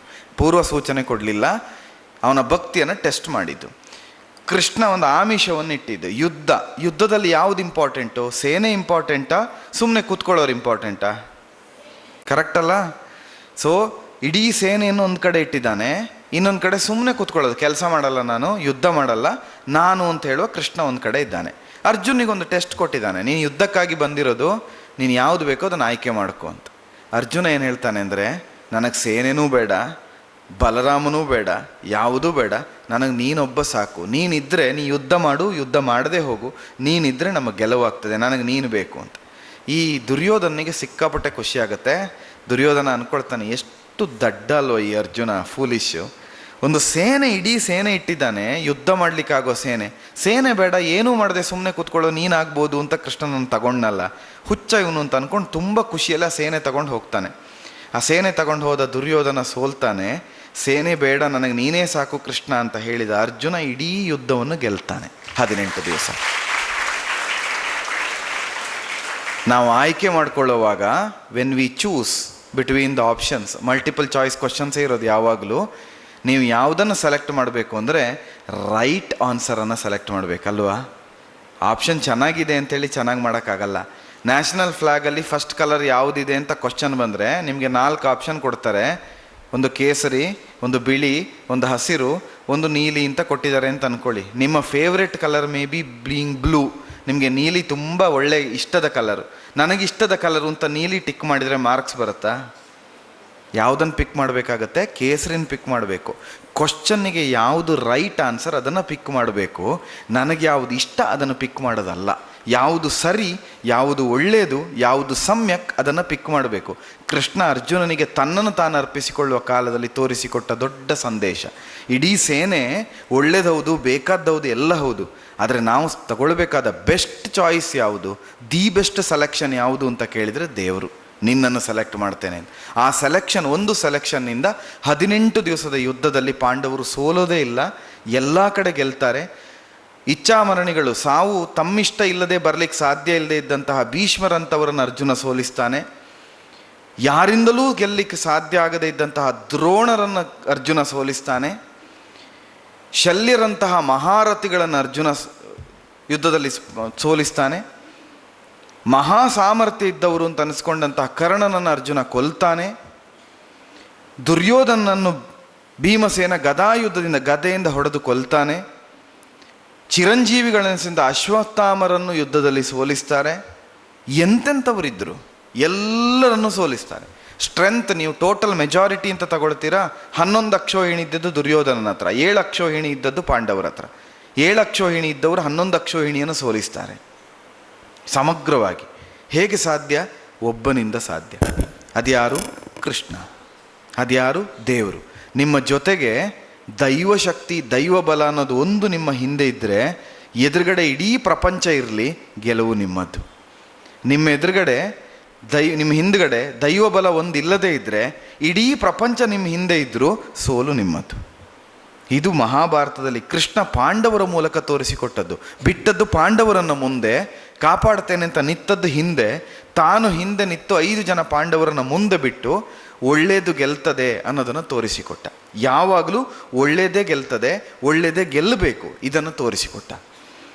ಇದನ್ನು ತೋರಿಸಿಕೊಡ್ಲಿಕ್ಕೋಸ್ಕರ ಒಂದೊಂದು ಕ್ಯಾರೆಕ್ಟರ್ಗೆ ಒಂದೊಂದು ರೀತಿ ಹೆಲ್ಪ್ ಮಾಡ್ತಾ ಹೋದ. ಭೀಮಸೇನಿಗೆ ಸಹಾಯ ಮಾಡಿದ, ನಕುಲ ಸಹದೇವರನ್ನು ಕಾಪಾಡಿದ, ದ್ರೌಪದಿಯನ್ನು ಪದೇ ಪದೇ ಕಾಪಾಡಿದ, ದ್ರೌಪದಿಗಾಗಿ ಎಲ್ಲವನ್ನೂ ಮಾಡಿದ. ಮಹಾಭಾರತದ ಒಂದು ವ್ಯಾಖ್ಯಾನದಲ್ಲಿ ಹೇಳ್ತಾರೆ, ನಿಜವಾಗಿ ಜೂಜಾಡಿದಂತಹ ಧರ್ಮರಾಯನನ್ನು ಅಲ್ಲಿ ಒಂದು ಕ್ಷಣ ಭ್ರಮೆಗೊಳಗಾಗಿ ಎಲ್ಲರನ್ನು ಒತ್ತೆ ಇಟ್ಟಂತಹ ಯುಧಿಷ್ಠಿರನನ್ನು ಕೃಷ್ಣ ನಿಜವಾಗಿ ಕಾಪಾಡ್ತಿರ್ಲಿಲ್ಲ ಅಂತೆ. ಅವನು ಕಾಪಾಡಿದ್ದೇ ದ್ರೌಪದಿಯ ಗಂಡ ಅನ್ನೋ ಕಾರಣಕ್ಕೆ ಅಂತ ಒಂದು ವ್ಯಾಖ್ಯಾನ ಹೇಳ್ತಾರೆ. ಅದು ಸತ್ಯವೋ ಸುಳ್ಳು ಅನ್ನೋದು ಪ್ರಶ್ನೆ ಅಲ್ಲ, ಎಷ್ಟು ಒಂದು ಅದ್ಭುತವಾದ ಚಿಂತನೆ ನೋಡಿ. ಅಷ್ಟು ದೊಡ್ಡ ಭಕ್ತಿಯನ್ನು ಹೊಂದಿದ, ಅಷ್ಟು ದೊಡ್ಡ ಒಂದು ತ್ಯಾಗವನ್ನು ಹೊಂದಿದ ಹೆಣ್ಣನ್ನು ಪ್ರಪಂಚದಲ್ಲಿ ಕಾಣಲಿಕ್ಕೆ ಸಾಧ್ಯವೇ ಇಲ್ಲ, ದ್ರೌಪದಿ ಅಂತ. ಅಂತಹ ದ್ರೌಪದಿಯನ್ನು ಕಾಪಾಡಿದ ಕೃಷ್ಣ ಯಾಕೆ ಅಂದರೆ ದ್ರೌಪದಿಯಲ್ಲಿ ಅಷ್ಟು ಒಳ್ಳೆಯ ಗುಣಗಳಿತ್ತು, ಅಷ್ಟು ಒಳ್ಳೆಯ ಕ್ಯಾಲಿಬರ್ಸ್ ಇತ್ತು. ಅದನ್ನೆಲ್ಲ ತುಂಬ್ತಾ ಬಂದವನು ಯಾರು ಅಂತ ಕೇಳಿದ್ರೆ ಕೃಷ್ಣ. ಪ್ರತಿಯೊಂದು ಕ್ಷಣದಲ್ಲಿಯೂ ಅವರಿಬ್ಬರು ಅಣ್ಣ ತಂಗಿ ಅಲ್ಲ, ಇಡೀ ಮಹಾಭಾರತ ಹೇಳ್ತದೆ ಅಣ್ಣ ತಂಗಿ ಅಂತ. ಅವರಿಗೆ ಅಣ್ಣ ತಂಗಿ ಸಂಬಂಧವೇ ಇಲ್ಲ. ಆದರೆ ಯಾವತ್ತೂ ಕೃಷ್ಣನನ್ನು ಕೃಷ್ಣ ಅಂತ ದ್ರೌಪದಿ ಕರೀಲಿಲ್ಲ, ಅಣ್ಣ ಅಂತಲೇ ಕರೆದಿದ್ದು. ಯಾವತ್ತೂ ದ್ರೌಪದಿಯನ್ನು ಕೃಷ್ಣ ದ್ರೌಪದಿ ಅಂತ ಕರೀಲಿಲ್ಲ, ತಂಗಿ ಅಂತಲೇ ಕರೆದದ್ದು. ಅಣ್ಣ ತಂಗಿ ಹೇಗೆ ಅಂತ ಗೊತ್ತಿಲ್ಲ. ಹೆಸರಿನಲ್ಲೂ ಒಂದು ಸಾಮ್ಯತೆ ಇದೆ. ಇವನು ಕೃಷ್ಣ, ಅವಳು ಕೃಷ್ಣೆ. ಅವಳಿಗೆ ಕೃಷ್ಣ ಅಂತ ಹೆಸರು. ಆಕಾರ ಅಂತ ಇದ್ದರೆ ಸ್ತ್ರೀಲಿಂಗ ಆಗ್ತದೆ ಸಂಸ್ಕೃತದಲ್ಲಿ. ಆ ನೆಲೆಯಿಂದ ಕೃಷ್ಣ ಅಂದರೆ ಸ್ತ್ರೀಲಿಂಗ, ಕೃಷ್ಣ ಅಂದರೆ ಪುಲ್ಲಿಂಗ. ಇವನು ಕೃಷ್ಣ, ಅವಳು ಕೃಷ್ಣ, ಕೃಷ್ಣೆ ಅಂತ ಕನ್ನಡದಲ್ಲಿ ಹೇಳ್ಬೋದು ನಾವು. ಅಂದರೆ ಅವರಿಬ್ಬರಿಗೆ ಹೆಸರಿನಲ್ಲಿಯೂ ಸಂಬಂಧ ಇತ್ತು. ಇಬ್ಬರಿಗೂ ಆ ಹೆಸರು ಯಾಕೆ ಬಂತು ಅಂದರೆ ಮಗು ಸ್ವಲ್ಪ ಕಪ್ಪಾಗಿತ್ತು, ಅದಕ್ಕೆ ಕೃಷ್ಣ ಅಂತ ನಂದಗೋಪುರ ಹೆಸರಿಟ್ಟರು. ಇಲ್ಲಿ ಹುಟ್ಟುವಾಗ ಮಗು ಸ್ವಲ್ಪ ಕಪ್ಪಾಗಿತ್ತು, ಚಂದ ಇದ್ದರು, ಕೃಷ್ಣ ಸುಂದರಿ, ಅದಕ್ಕೆ ಅವಳಿಗೆ ಕೃಷ್ಣ ಅಂತ ಹೆಸರಿಟ್ಟರು. ಅವಳು ಹುಟ್ಟಿದ್ದೆಲ್ಲಿಂದ ಅಂದರೆ ಅಗ್ನಿಕುಂಡದಿಂದ, ಬೆಂಕಿಯ ಕುಂಡದಿಂದ ಮೇಲೆದ್ದು ಬಂದಿದ್ದು. ಸಾವಸನ ಸಾಭರಣ ಸಾಲಂಕೃತೆಯಾಗಿ ಮೇಲೆದ್ದು ಬಂದಳು. ಅವಳು ಹುಟ್ಟುವಾಗಲೇ ಷೋಡಶಿಯಾಗಿ 16 ವರ್ಷದ ಹೆಣ್ಣಾಗಿ ಅಗ್ನಿಕುಂಡದಿಂದ ಮೇಲೆದ್ದು ಬರ್ತಾಳೆ. ನೋಡೋದಕ್ಕೆ ಕಪ್ಪು ಬಣ್ಣ, ಸ್ವಲ್ಪ ಅಗ್ನಿಯಿಂದ ಬಂದದಲ್ವಾ, ಹೊಗೆ ತಾಗಿರುತ್ತೆ, ಕಪ್ಪಾಗಿರುತ್ತೆ. ಹಾಗಾಗಿ ಏನು ಮಾಡಿದ್ರು, ಅವಳಿಗೆ ಕೃಷ್ಣ ಅಂತ ಹೆಸರಿಟ್ರು. ಅವನು ಕೃಷ್ಣ, ಇವಳು ಕೃಷ್ಣ. ಅವಳು ಹುಟ್ಟುವಾಗಲೇ ದೊಡ್ಡ ಅಶರೀರವಾಣಿ ಬರುತ್ತೆ. ಮಹಾಭಾರತದಲ್ಲಿ ಸ್ಪಷ್ಟವಾಗಿ ಹೇಳ್ತಾರೆ, ಸರ್ವಯೋಷಿದ್ವರ ಕೃಷ್ಣ. ಎಲ್ಲ ಹೆಮ್ಮಕ್ಕಳಲ್ಲಿ ತುಂಬ ಶ್ರೇಷ್ಠಳನ್ನಿಸಿದಂತಹ ಹೆಣ್ಣಿವಳು ಕೃಷ್ಣ ಅಂತ ಇವಳಿಗೆ ಹೆಸರಿಡೋದು ದೇವತೆಗಳು, ಇವರಲ್ಲ. ಕೃಷ್ಣ ಅಂತ ಇವಳಿಗೆ ಹೆಸರು. ಇವತ್ತಿನವರೆಗೆ ಈ ಕಾಲದಲ್ಲಿರುವ ಎಲ್ಲ ಹೆಮ್ಮಕ್ಕಳಿಗಿಂತ ಅತಿ ರೂಪವತಿ, ತುಂಬ ಸುಂದರಿಯಾದವಳು ಇವಳು. ಕ್ಷಯಂ ಕ್ಷಾತ್ರಂ ನಿನೀಶತಿ. ಇವಳಿಂದ ಕ್ಷಾತ್ರಿಯ ಕುಲವೇ, ಕ್ಷತ್ರಿತ್ವವೇ, ಒಂದು ದುಷ್ಟ ಕ್ಷಾತ್ರವೇ ನಿರ್ನಾಮ ಆಗುತ್ತದೆ. ವಿಶೇಷವಾಗಿ ಕೌರವರ ನಾಶಕ್ಕಾಗಿ ಹುಟ್ಟಿ ಬಂದಿದ್ದಾಳೆ ಅಂತ ಹುಟ್ಟುವಾಗಲೇ ಅಶರೀರವಾಣಿ ಮೊಳಗುತ್ತದೆ. ಕೃಷ್ಣನಿಗೆ ಉದ್ದೇಶ ಏನಿತ್ತು? ಎಲ್ಲ ಅವತಾರಣಗಳ ಉದ್ದೇಶ ಏನು ಅಂದರೆ ಮರ್ತ್ಯಾವತಾರಸ್ತು ಮರ್ತ್ಯ ಶಿಕ್ಷಣಂ. ತಾನು ಕೆಳಗಿಳಿದು ಬರೋದು ಯಾಕೆ ಅಂದರೆ ಒಂದು ಪಾಠ ಮಾಡಲಿಕ್ಕೋಸ್ಕರ. ಟೀಚರ್ಸ್ ಬಂದು 2+2 = ವಾಟ್ ಅಂತ ಕೇಳ್ತಾರೆ. ಟೀಚರ್ಸಿಗೆ ಗೊತ್ತಿಲ್ಲ ಅಂತ ಅರ್ಥನಾ? ಟೀಚರ್ಸಿಗೆ ಗೊತ್ತಿದೆ, ನಿಮಗೆ ಕಲಿಸಬೇಕು ಅನ್ನೋ ಕಾರಣಕ್ಕೆ ಗೊತ್ತಿಲ್ಲ ಅಂತ ಹೇಳ್ತಾರೆ. 1ನೇ ಕ್ಲಾಸ್ ಮಗುವಿಗೆ ಹೇಗೆ ಲೆಕ್ಕ ಮಾಡ್ತಾರೆ? ಫಿಂಗರ್ ಇಟ್ಕೊಳ್ತಾರೆ. 1 2 2 ಆಯಿತಾ, 1 2 ಎಷ್ಟಾಯಿತು, 4 ಆಯಿತು ಅಂತ 10 ಸತಿ ಲೆಕ್ಕ ಮಾಡ್ತಾರೆ. ಈ ಕಡೆ ನಿಂತಿರೋ ದೊಡ್ಡವರಿಗೆ ಏನು ಅನ್ಸುತ್ತೆ? ಟೀಚರಿಗೆ 2+2 ಗೊತ್ತಿಲ್ವಾ? ಅಲ್ಲ, ನಿಮಗೆ ಕಲಿಸ್ಬೇಕು ಅನ್ನೋ ಕಾರಣಕ್ಕೆ ಗೊತ್ತಿಲ್ಲ ಅನ್ನೋ ಥರ ಆ್ಯಕ್ಟ್ ಮಾಡ್ತಾರೆ. I don't know what is 2+2, please tell me ಅಂತ ಹೇಳ್ತಾರೆ. ಅದರ ಅರ್ಥ ಏನು, ಅವ್ರಿಗೆ ಗೊತ್ತಿಲ್ಲ ಅಂತನಾ? ಹಾಗೇನೆ ಕೃಷ್ಣ ಕೆಳಗಿಳಿದು ಬಂದದ್ದು. ಮರ್ತ್ಯಾವತಾರಸ್ತು ಮರ್ತ್ಯ ಶಿಕ್ಷಣಂ. ತನಗೆ ಗೊತ್ತಿಲ್ಲ ಅಂತಲ್ಲ, ತನಗೆ ಸಾಧ್ಯ ಇಲ್ಲ ಅಂತಲ್ಲ. ಕೃಷ್ಣ ಕರ್ತುಂ ಅಕರ್ತುಂ ಅನ್ಯತಾ ಕರ್ತುಂ.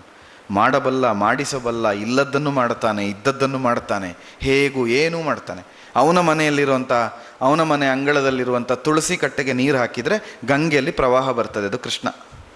ಅವನು ಮಾಡೋದಿಲ್ಲಿ, ಪರಿಣಾಮ ಆಗೋದಲ್ಲಿ.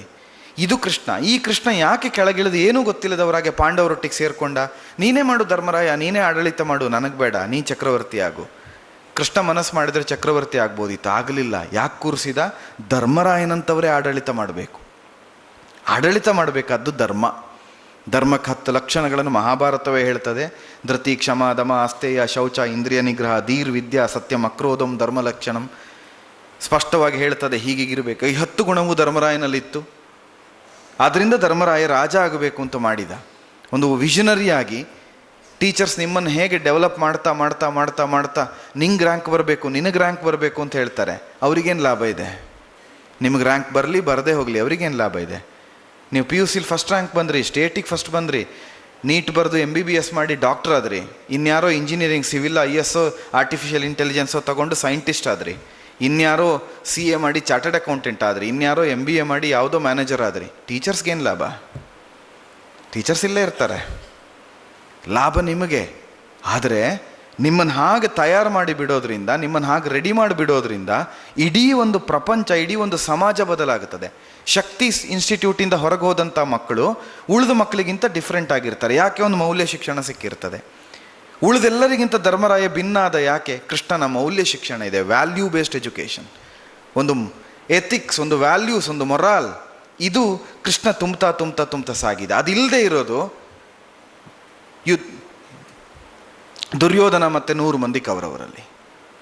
ಅದರಿಂದ ಮಹಾಭಾರತ 2 ವೃಕ್ಷಗಳನ್ನು ಕಲ್ಪನೆ ಮಾಡಿ ತೋರಿಸುತ್ತೆ.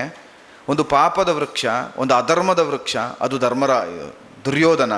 ಅದಕ್ಕೆ ಶಾಖೋಪಶಾಖೆಗಳಾಗಿ ದುಶ್ಯಾಸನ, ಉಳಿದಂಥ ಅಣ್ಣ ತಮ್ಮಂದರೆಲ್ಲ ಇರುತ್ತಾರೆ.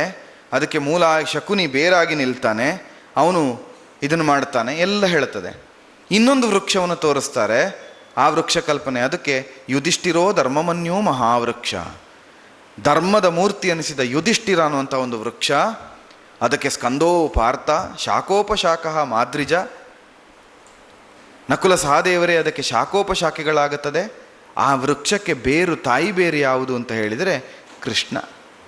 ಬ್ರಹ್ಮಣಾಶ್ಚ ಬ್ರಾಹ್ಮಣಾಶ್ಚ, ಎರಡನ್ನೂ ಮಾಡಬಲ್ಲ ಸಾಧ್ಯತೆ ಇದ್ದ ಕೃಷ್ಣ ಅದಕ್ಕೆ ಬೇರಾಗಿ ಮೂಲವಾಗಿ ನಿಲ್ತಾನೆ. ಆ ಮೂಲ ಬೇರು ಗಟ್ಟಿ ಇರುವಲ್ಲಿವರೆಗೆ ಗಿಡ ನಳನಳಿಸ್ತಾ ಇರ್ತದೆ. ನಾವು ಮೇಲಿರೋ ಚಂದ ನೋಡಿಬಿಟ್ಟು ಆ ಗಿಡ ಎಷ್ಟು ಚೆನ್ನಾಗಿದೆ ಅಂತ. ಗಿಡ ಗಟ್ಟಿಯಾಗಿ ನಿಂತದ್ದು ಬೇರಿನಿಂದ, ಇಷ್ಟೆತ್ತರದ ಬಿಲ್ಡಿಂಗ್ ನಿಂತದ್ದು ಫೌಂಡೇಶನ್ನಿಂದ. ಒಂದು ಫೌಂಡೇಶನ್ ಗಟ್ಟಿಯಾಗಿದ್ದರೆ ಬಿಲ್ಡಿಂಗ್ ನಿಲ್ಲುತ್ತೆ, ಮೇಲ್ಗಡೆ ಗಟ್ಟಿಯಾಗಿರೋದ್ರಿಂದ ಅಲ್ಲ. ಇದು ಕೃಷ್ಣ ತೋರಿಸಿಕೊಟ್ಟ, ಇದು ಮಹಾಭಾರತದಲ್ಲಿ ತೋರಿಸಿಕೊಟ್ಟ. ಮಹಾಭಾರತವನ್ನು, ಇಡೀ ಮಹಾಭಾರತವನ್ನು ಒಂದು ಲೈಫ್ ಅಂತ ತೆಗೆದುಕೊಂಡ್ರೆ, ನಮ್ಮ ಜೀವನ ಕ್ರಮ ಲೈಫ್ ಸ್ಟೈಲ್ ಅಂತ ತಗೊಂಡ್ರೆ, ನಮ್ಮ ಬದುಕಿನ ಉದ್ದೇಶ ಲೈಫ್ ಗೋಲ್ ಅಂತ ತಗೊಂಡ್ರೆ, ಮಹಾಭಾರತ ಹೇಳುತ್ತೆ ಧರ್ಮದಲ್ಲಿ ಬದುಕಬೇಕು, ಧರ್ಮದಲ್ಲೇ ಸಾಗಬೇಕು, ಧರ್ಮವನ್ನೇ ಉಸಿರಾಗಿಸಿಕೊಳ್ಬೇಕು, ಧರ್ಮದಲ್ಲೇ ನಾವು ನಡೀಬೇಕು. ಆವಾಗ ನಾವು ಧರ್ಮರಾಯನಾಗ್ತೇವೆ. ನಾವು ಧರ್ಮರಾಯನಾದರೆ ನಮ್ಮ ರಕ್ಷಣೆಗಾಗಿ ಕೃಷ್ಣ ಯಾವಾಗಲೂ ಹೀಗೆ ಕೈ ಇಟ್ಕೊಂಡು ನಿಂತಿರ್ತಾನೆ. ಬೇಕಾದರೆ ನಮಗಾಗಿ ಆಯುಧವನ್ನು ಹಿಡಿತಾನೆ, ಬೇಕಾದರೆ ನಮಗಾಗಿ ಕೈಯಲ್ಲಿ ಹೂವನ್ನು ಹಿಡಿತಾನೆ, ಬೇಕಾದರೆ ಕೊಳಲನ್ನು ಹಿಡಿತಾನೆ, ಬೇಕಾದರೆ ರಥದಲ್ಲಿ ಮುಂದೆ ಕೂತ್ಕೊಂಡು ಡ್ರೈವರು ಆಗ್ತಾನೆ, ಬೇಕಾದರೆ ಕುದುರೆಗಳ ಮೈ ತೊಳೆಯುವ ಆಳಾಗ್ತಾನೆ. Anything and everything is possible and feasible when we surrender our self.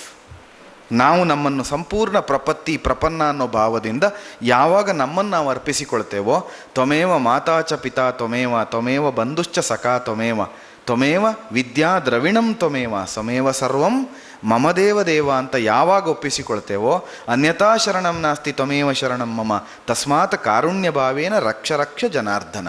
ಈ ಭಾವದಿಂದ ಯಾವಾಗ ನಾವು ಸರೆಂಡರ್ ಆಗುತ್ತೇವೋ ಆಗ ಭಾರತ ಮಹಾಭಾರತ ಆಗುತ್ತದೆ. ಧರ್ಮರಾಯ ಧರ್ಮರಾಜನಾಗುತ್ತಾನೆ, ಯುಧಿಷ್ಠಿರ ಚಕ್ರವರ್ತಿ ಆಗುತ್ತಾನೆ, ಸಿಂಹಾಸನವನ್ನು ಏರುತ್ತಾನೆ. ಇದು ಸಾಧ್ಯ ಆಗೋದು ಆವಾಗ ಮಾತ್ರ. This can only happen when we have a conduct, when we have a character, when we have samyak which you put it in united comma. ನಾವು ಮಾಡೋ ಕೆಲಸಗಳಲ್ಲಿ ಸಮ್ಯಕ್ಕನ್ನು ತುಂಬಿಸಿದರೆ ನಮಗದು ಸಾಧ್ಯ ಆಗುತ್ತೆ.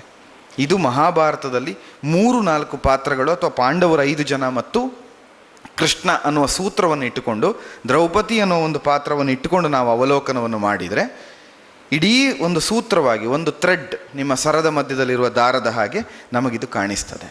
ಇದರ ಆಚೆ ಇದಕ್ಕೆ ಪೋಷಕ ಪಾತ್ರಗಳಾಗಿ ಸದಾ ಭಕ್ತಿಯನ್ನು, ಸದಾ ತ್ಯಾಗವನ್ನು ತೋರಿಸಿದ ಭೀಷ್ಮರಂಥವರಿದ್ದಾರೆ, 800 ವರ್ಷ ಬದುಕಿದವರು.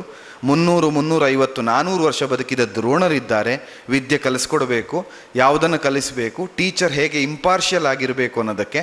ತನ್ನನ್ನೇ ಕೊಲ್ಲಿಕ್ಕೆ ಬಂದವನು, ತನ್ನನ್ನು ಕೊಲ್ಲಿಕ್ಕಾಗೇ ಹುಟ್ಟಿದವನು ದೃಷ್ಟದ್ಯುಮ್ನ ಅಂತ ಗೊತ್ತಿದ್ದು ಅವನಿಗೆ ವಿದ್ಯೆಯನ್ನು ಬೋಧಿಸ್ತಾರೆ. ನಾಳೆ ಅವನು ನನ್ನನ್ನು ಕೊಲ್ತಾನೆ ಅಂತ ಗೊತ್ತಿದೆ, ಆದರೆ ನಾನು ಬೀಯಿಂಗ್ ಎ ಟೀಚರ್, ಅವನು ಯಾರೇ ಆಗಿರಲಿ ನನಗೆ ಟೀಚ್ ಮಾಡೋದು ಕರ್ತವ್ಯ ಅನ್ನೋ ನೆಲೆಯಲ್ಲಿ ಪಾಠ ಮಾಡಿದಂಥ ದ್ರೋಣರು ಕಾಣಿಸ್ಕೊಳ್ತಾರೆ.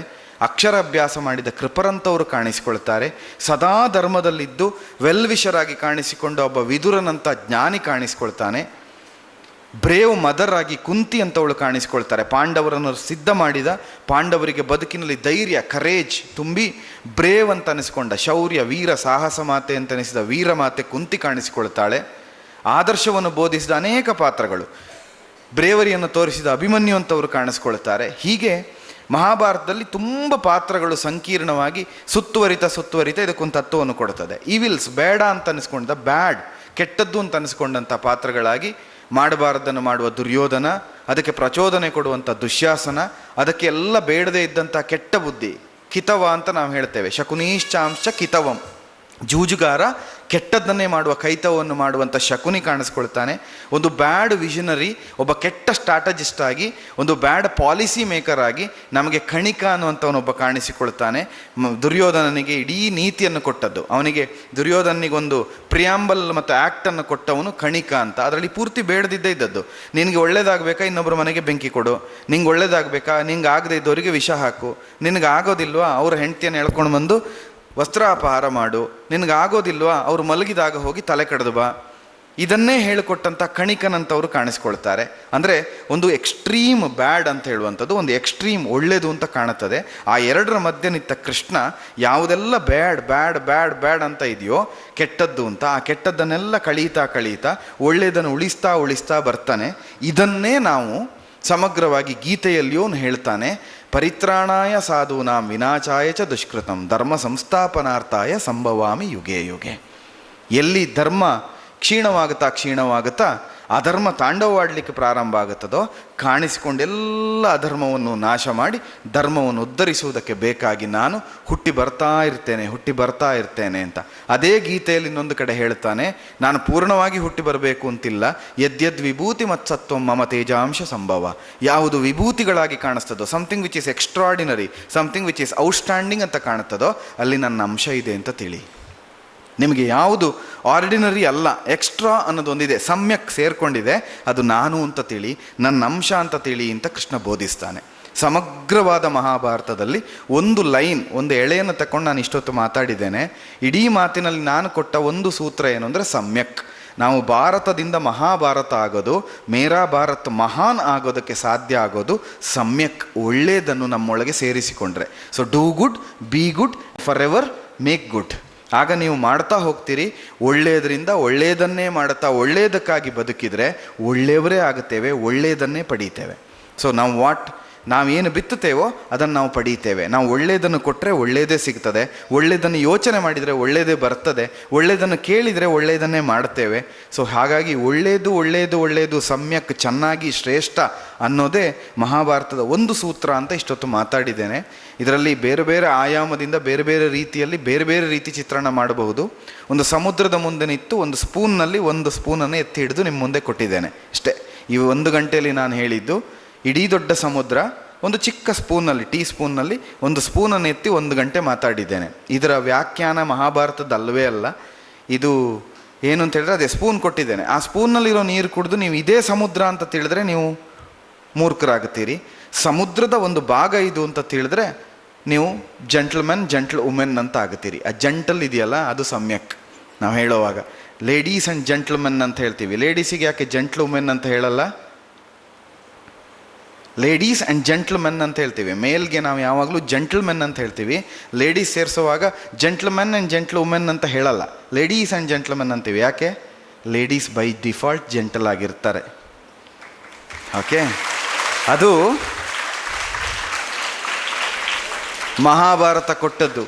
ಜೆಂಟಲ್ ಅಂತ ಮಾಡಬೇಕಾದದ್ದು 5 ಮಂದಿ ಪಾಂಡವರನ್ನು. Draupadi by default gentle ಆಗಿದ್ಲು.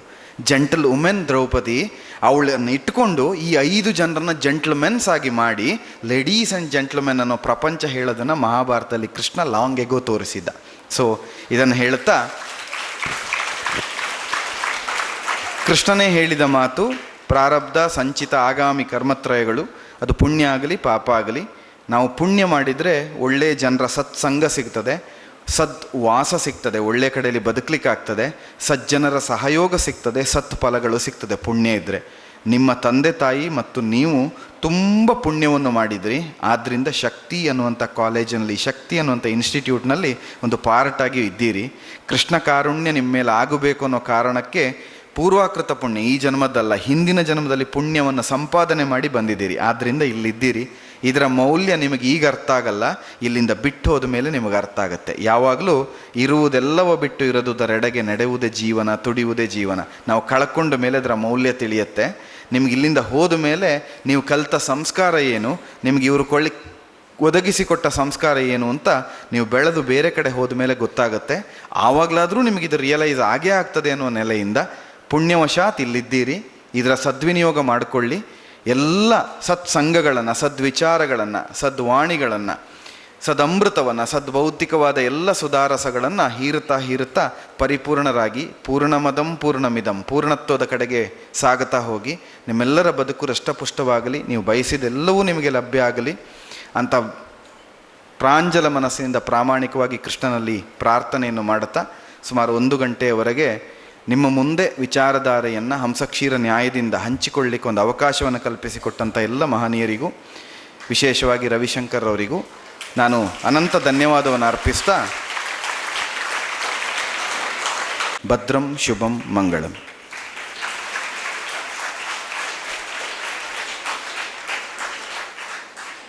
ಅತ್ಯಂತ ವಿಸ್ತಾರವಾದಂತಹ 1,00,000 ಶ್ಲೋಕಗಳಿಂದ ಕೂಡಿರುವಂತಹ ಮಹಾಭಾರತವನ್ನು 1 ಗಂಟೆಯಲ್ಲಿ ನಮ್ಮ ಎದುರು ಅತ್ಯಂತ ಸುಂದರವಾಗಿ ಬಿಚ್ಚಿಟ್ಟಂತಹ ಪ್ರೊಫೆಸರ್ ಪವನ್ ಕಿರಣ್ ಕೆರೆ ಅವರಿಗೆ ನಮ್ಮ ಶಕ್ತಿ ವಿದ್ಯಾಸಂಸ್ಥೆಯ ಪರವಾಗಿ ಹಾಗೂ ನಮ್ಮ ನಿಮ್ಮೆಲ್ಲರ ಪರವಾಗಿ ಹೃತ್ಪೂರ್ವಕವಾದಂತಹ ಧನ್ಯವಾದಗಳನ್ನು ಸಮರ್ಪಿಸ್ತಾ ಇದ್ದೇನೆ. ನಮ್ಮ ವಿದ್ಯಾಸಂಸ್ಥೆಯ ಸಂಸ್ಥಾಪಕರಾದಂತಹ doctor K C Nayak sir ಅವರು ಹಾಗೂ ಪ್ರಧಾನ ಸಲಹೆಗಾರರಾದಂಥ ರಮೇಶ್ ಕೆ ಸರ್ ಅವರು ಅವರಿಗೆ ಗೌರವ ಸಮರ್ಪಣೆಯನ್ನು ಮಾಡಬೇಕಾಗಿ ಕೇಳಿಕೊಳ್ತಾ ಇದ್ದೇನೆ.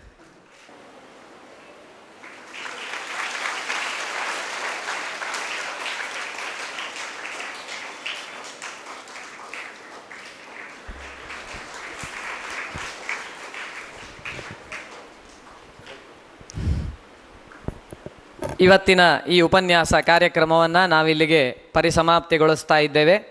ನಮ್ಮ ಸನಾತನ ಸಂಪದ ಕಾರ್ಯಕ್ರಮದ ಉಪನ್ಯಾಸ ಸರಣಿಯ 4ನೆಯ ಉಪನ್ಯಾಸ ಇದೇ ತಿಂಗಳು 20ನೇ ತಾರೀಕಿಗೆ ಶ್ರೀಯುತ ಕಜಂಪಾಡಿ ಸುಬ್ರಹ್ಮಣ್ಯ ಭಟ್ಟರಿಂದ ಪ್ರಸ್ತುತಗೊಳ್ಳಲಿದೆ. ಆ ದಿನ ಅವರು ರಾಮಾಯಣ ಅನ್ನುವಂತಹ ವಿಷಯದ ಬಗ್ಗೆ ಉಪನ್ಯಾಸವನ್ನು ನೀಡಲಿಕ್ಕಿದ್ದಾರೆ.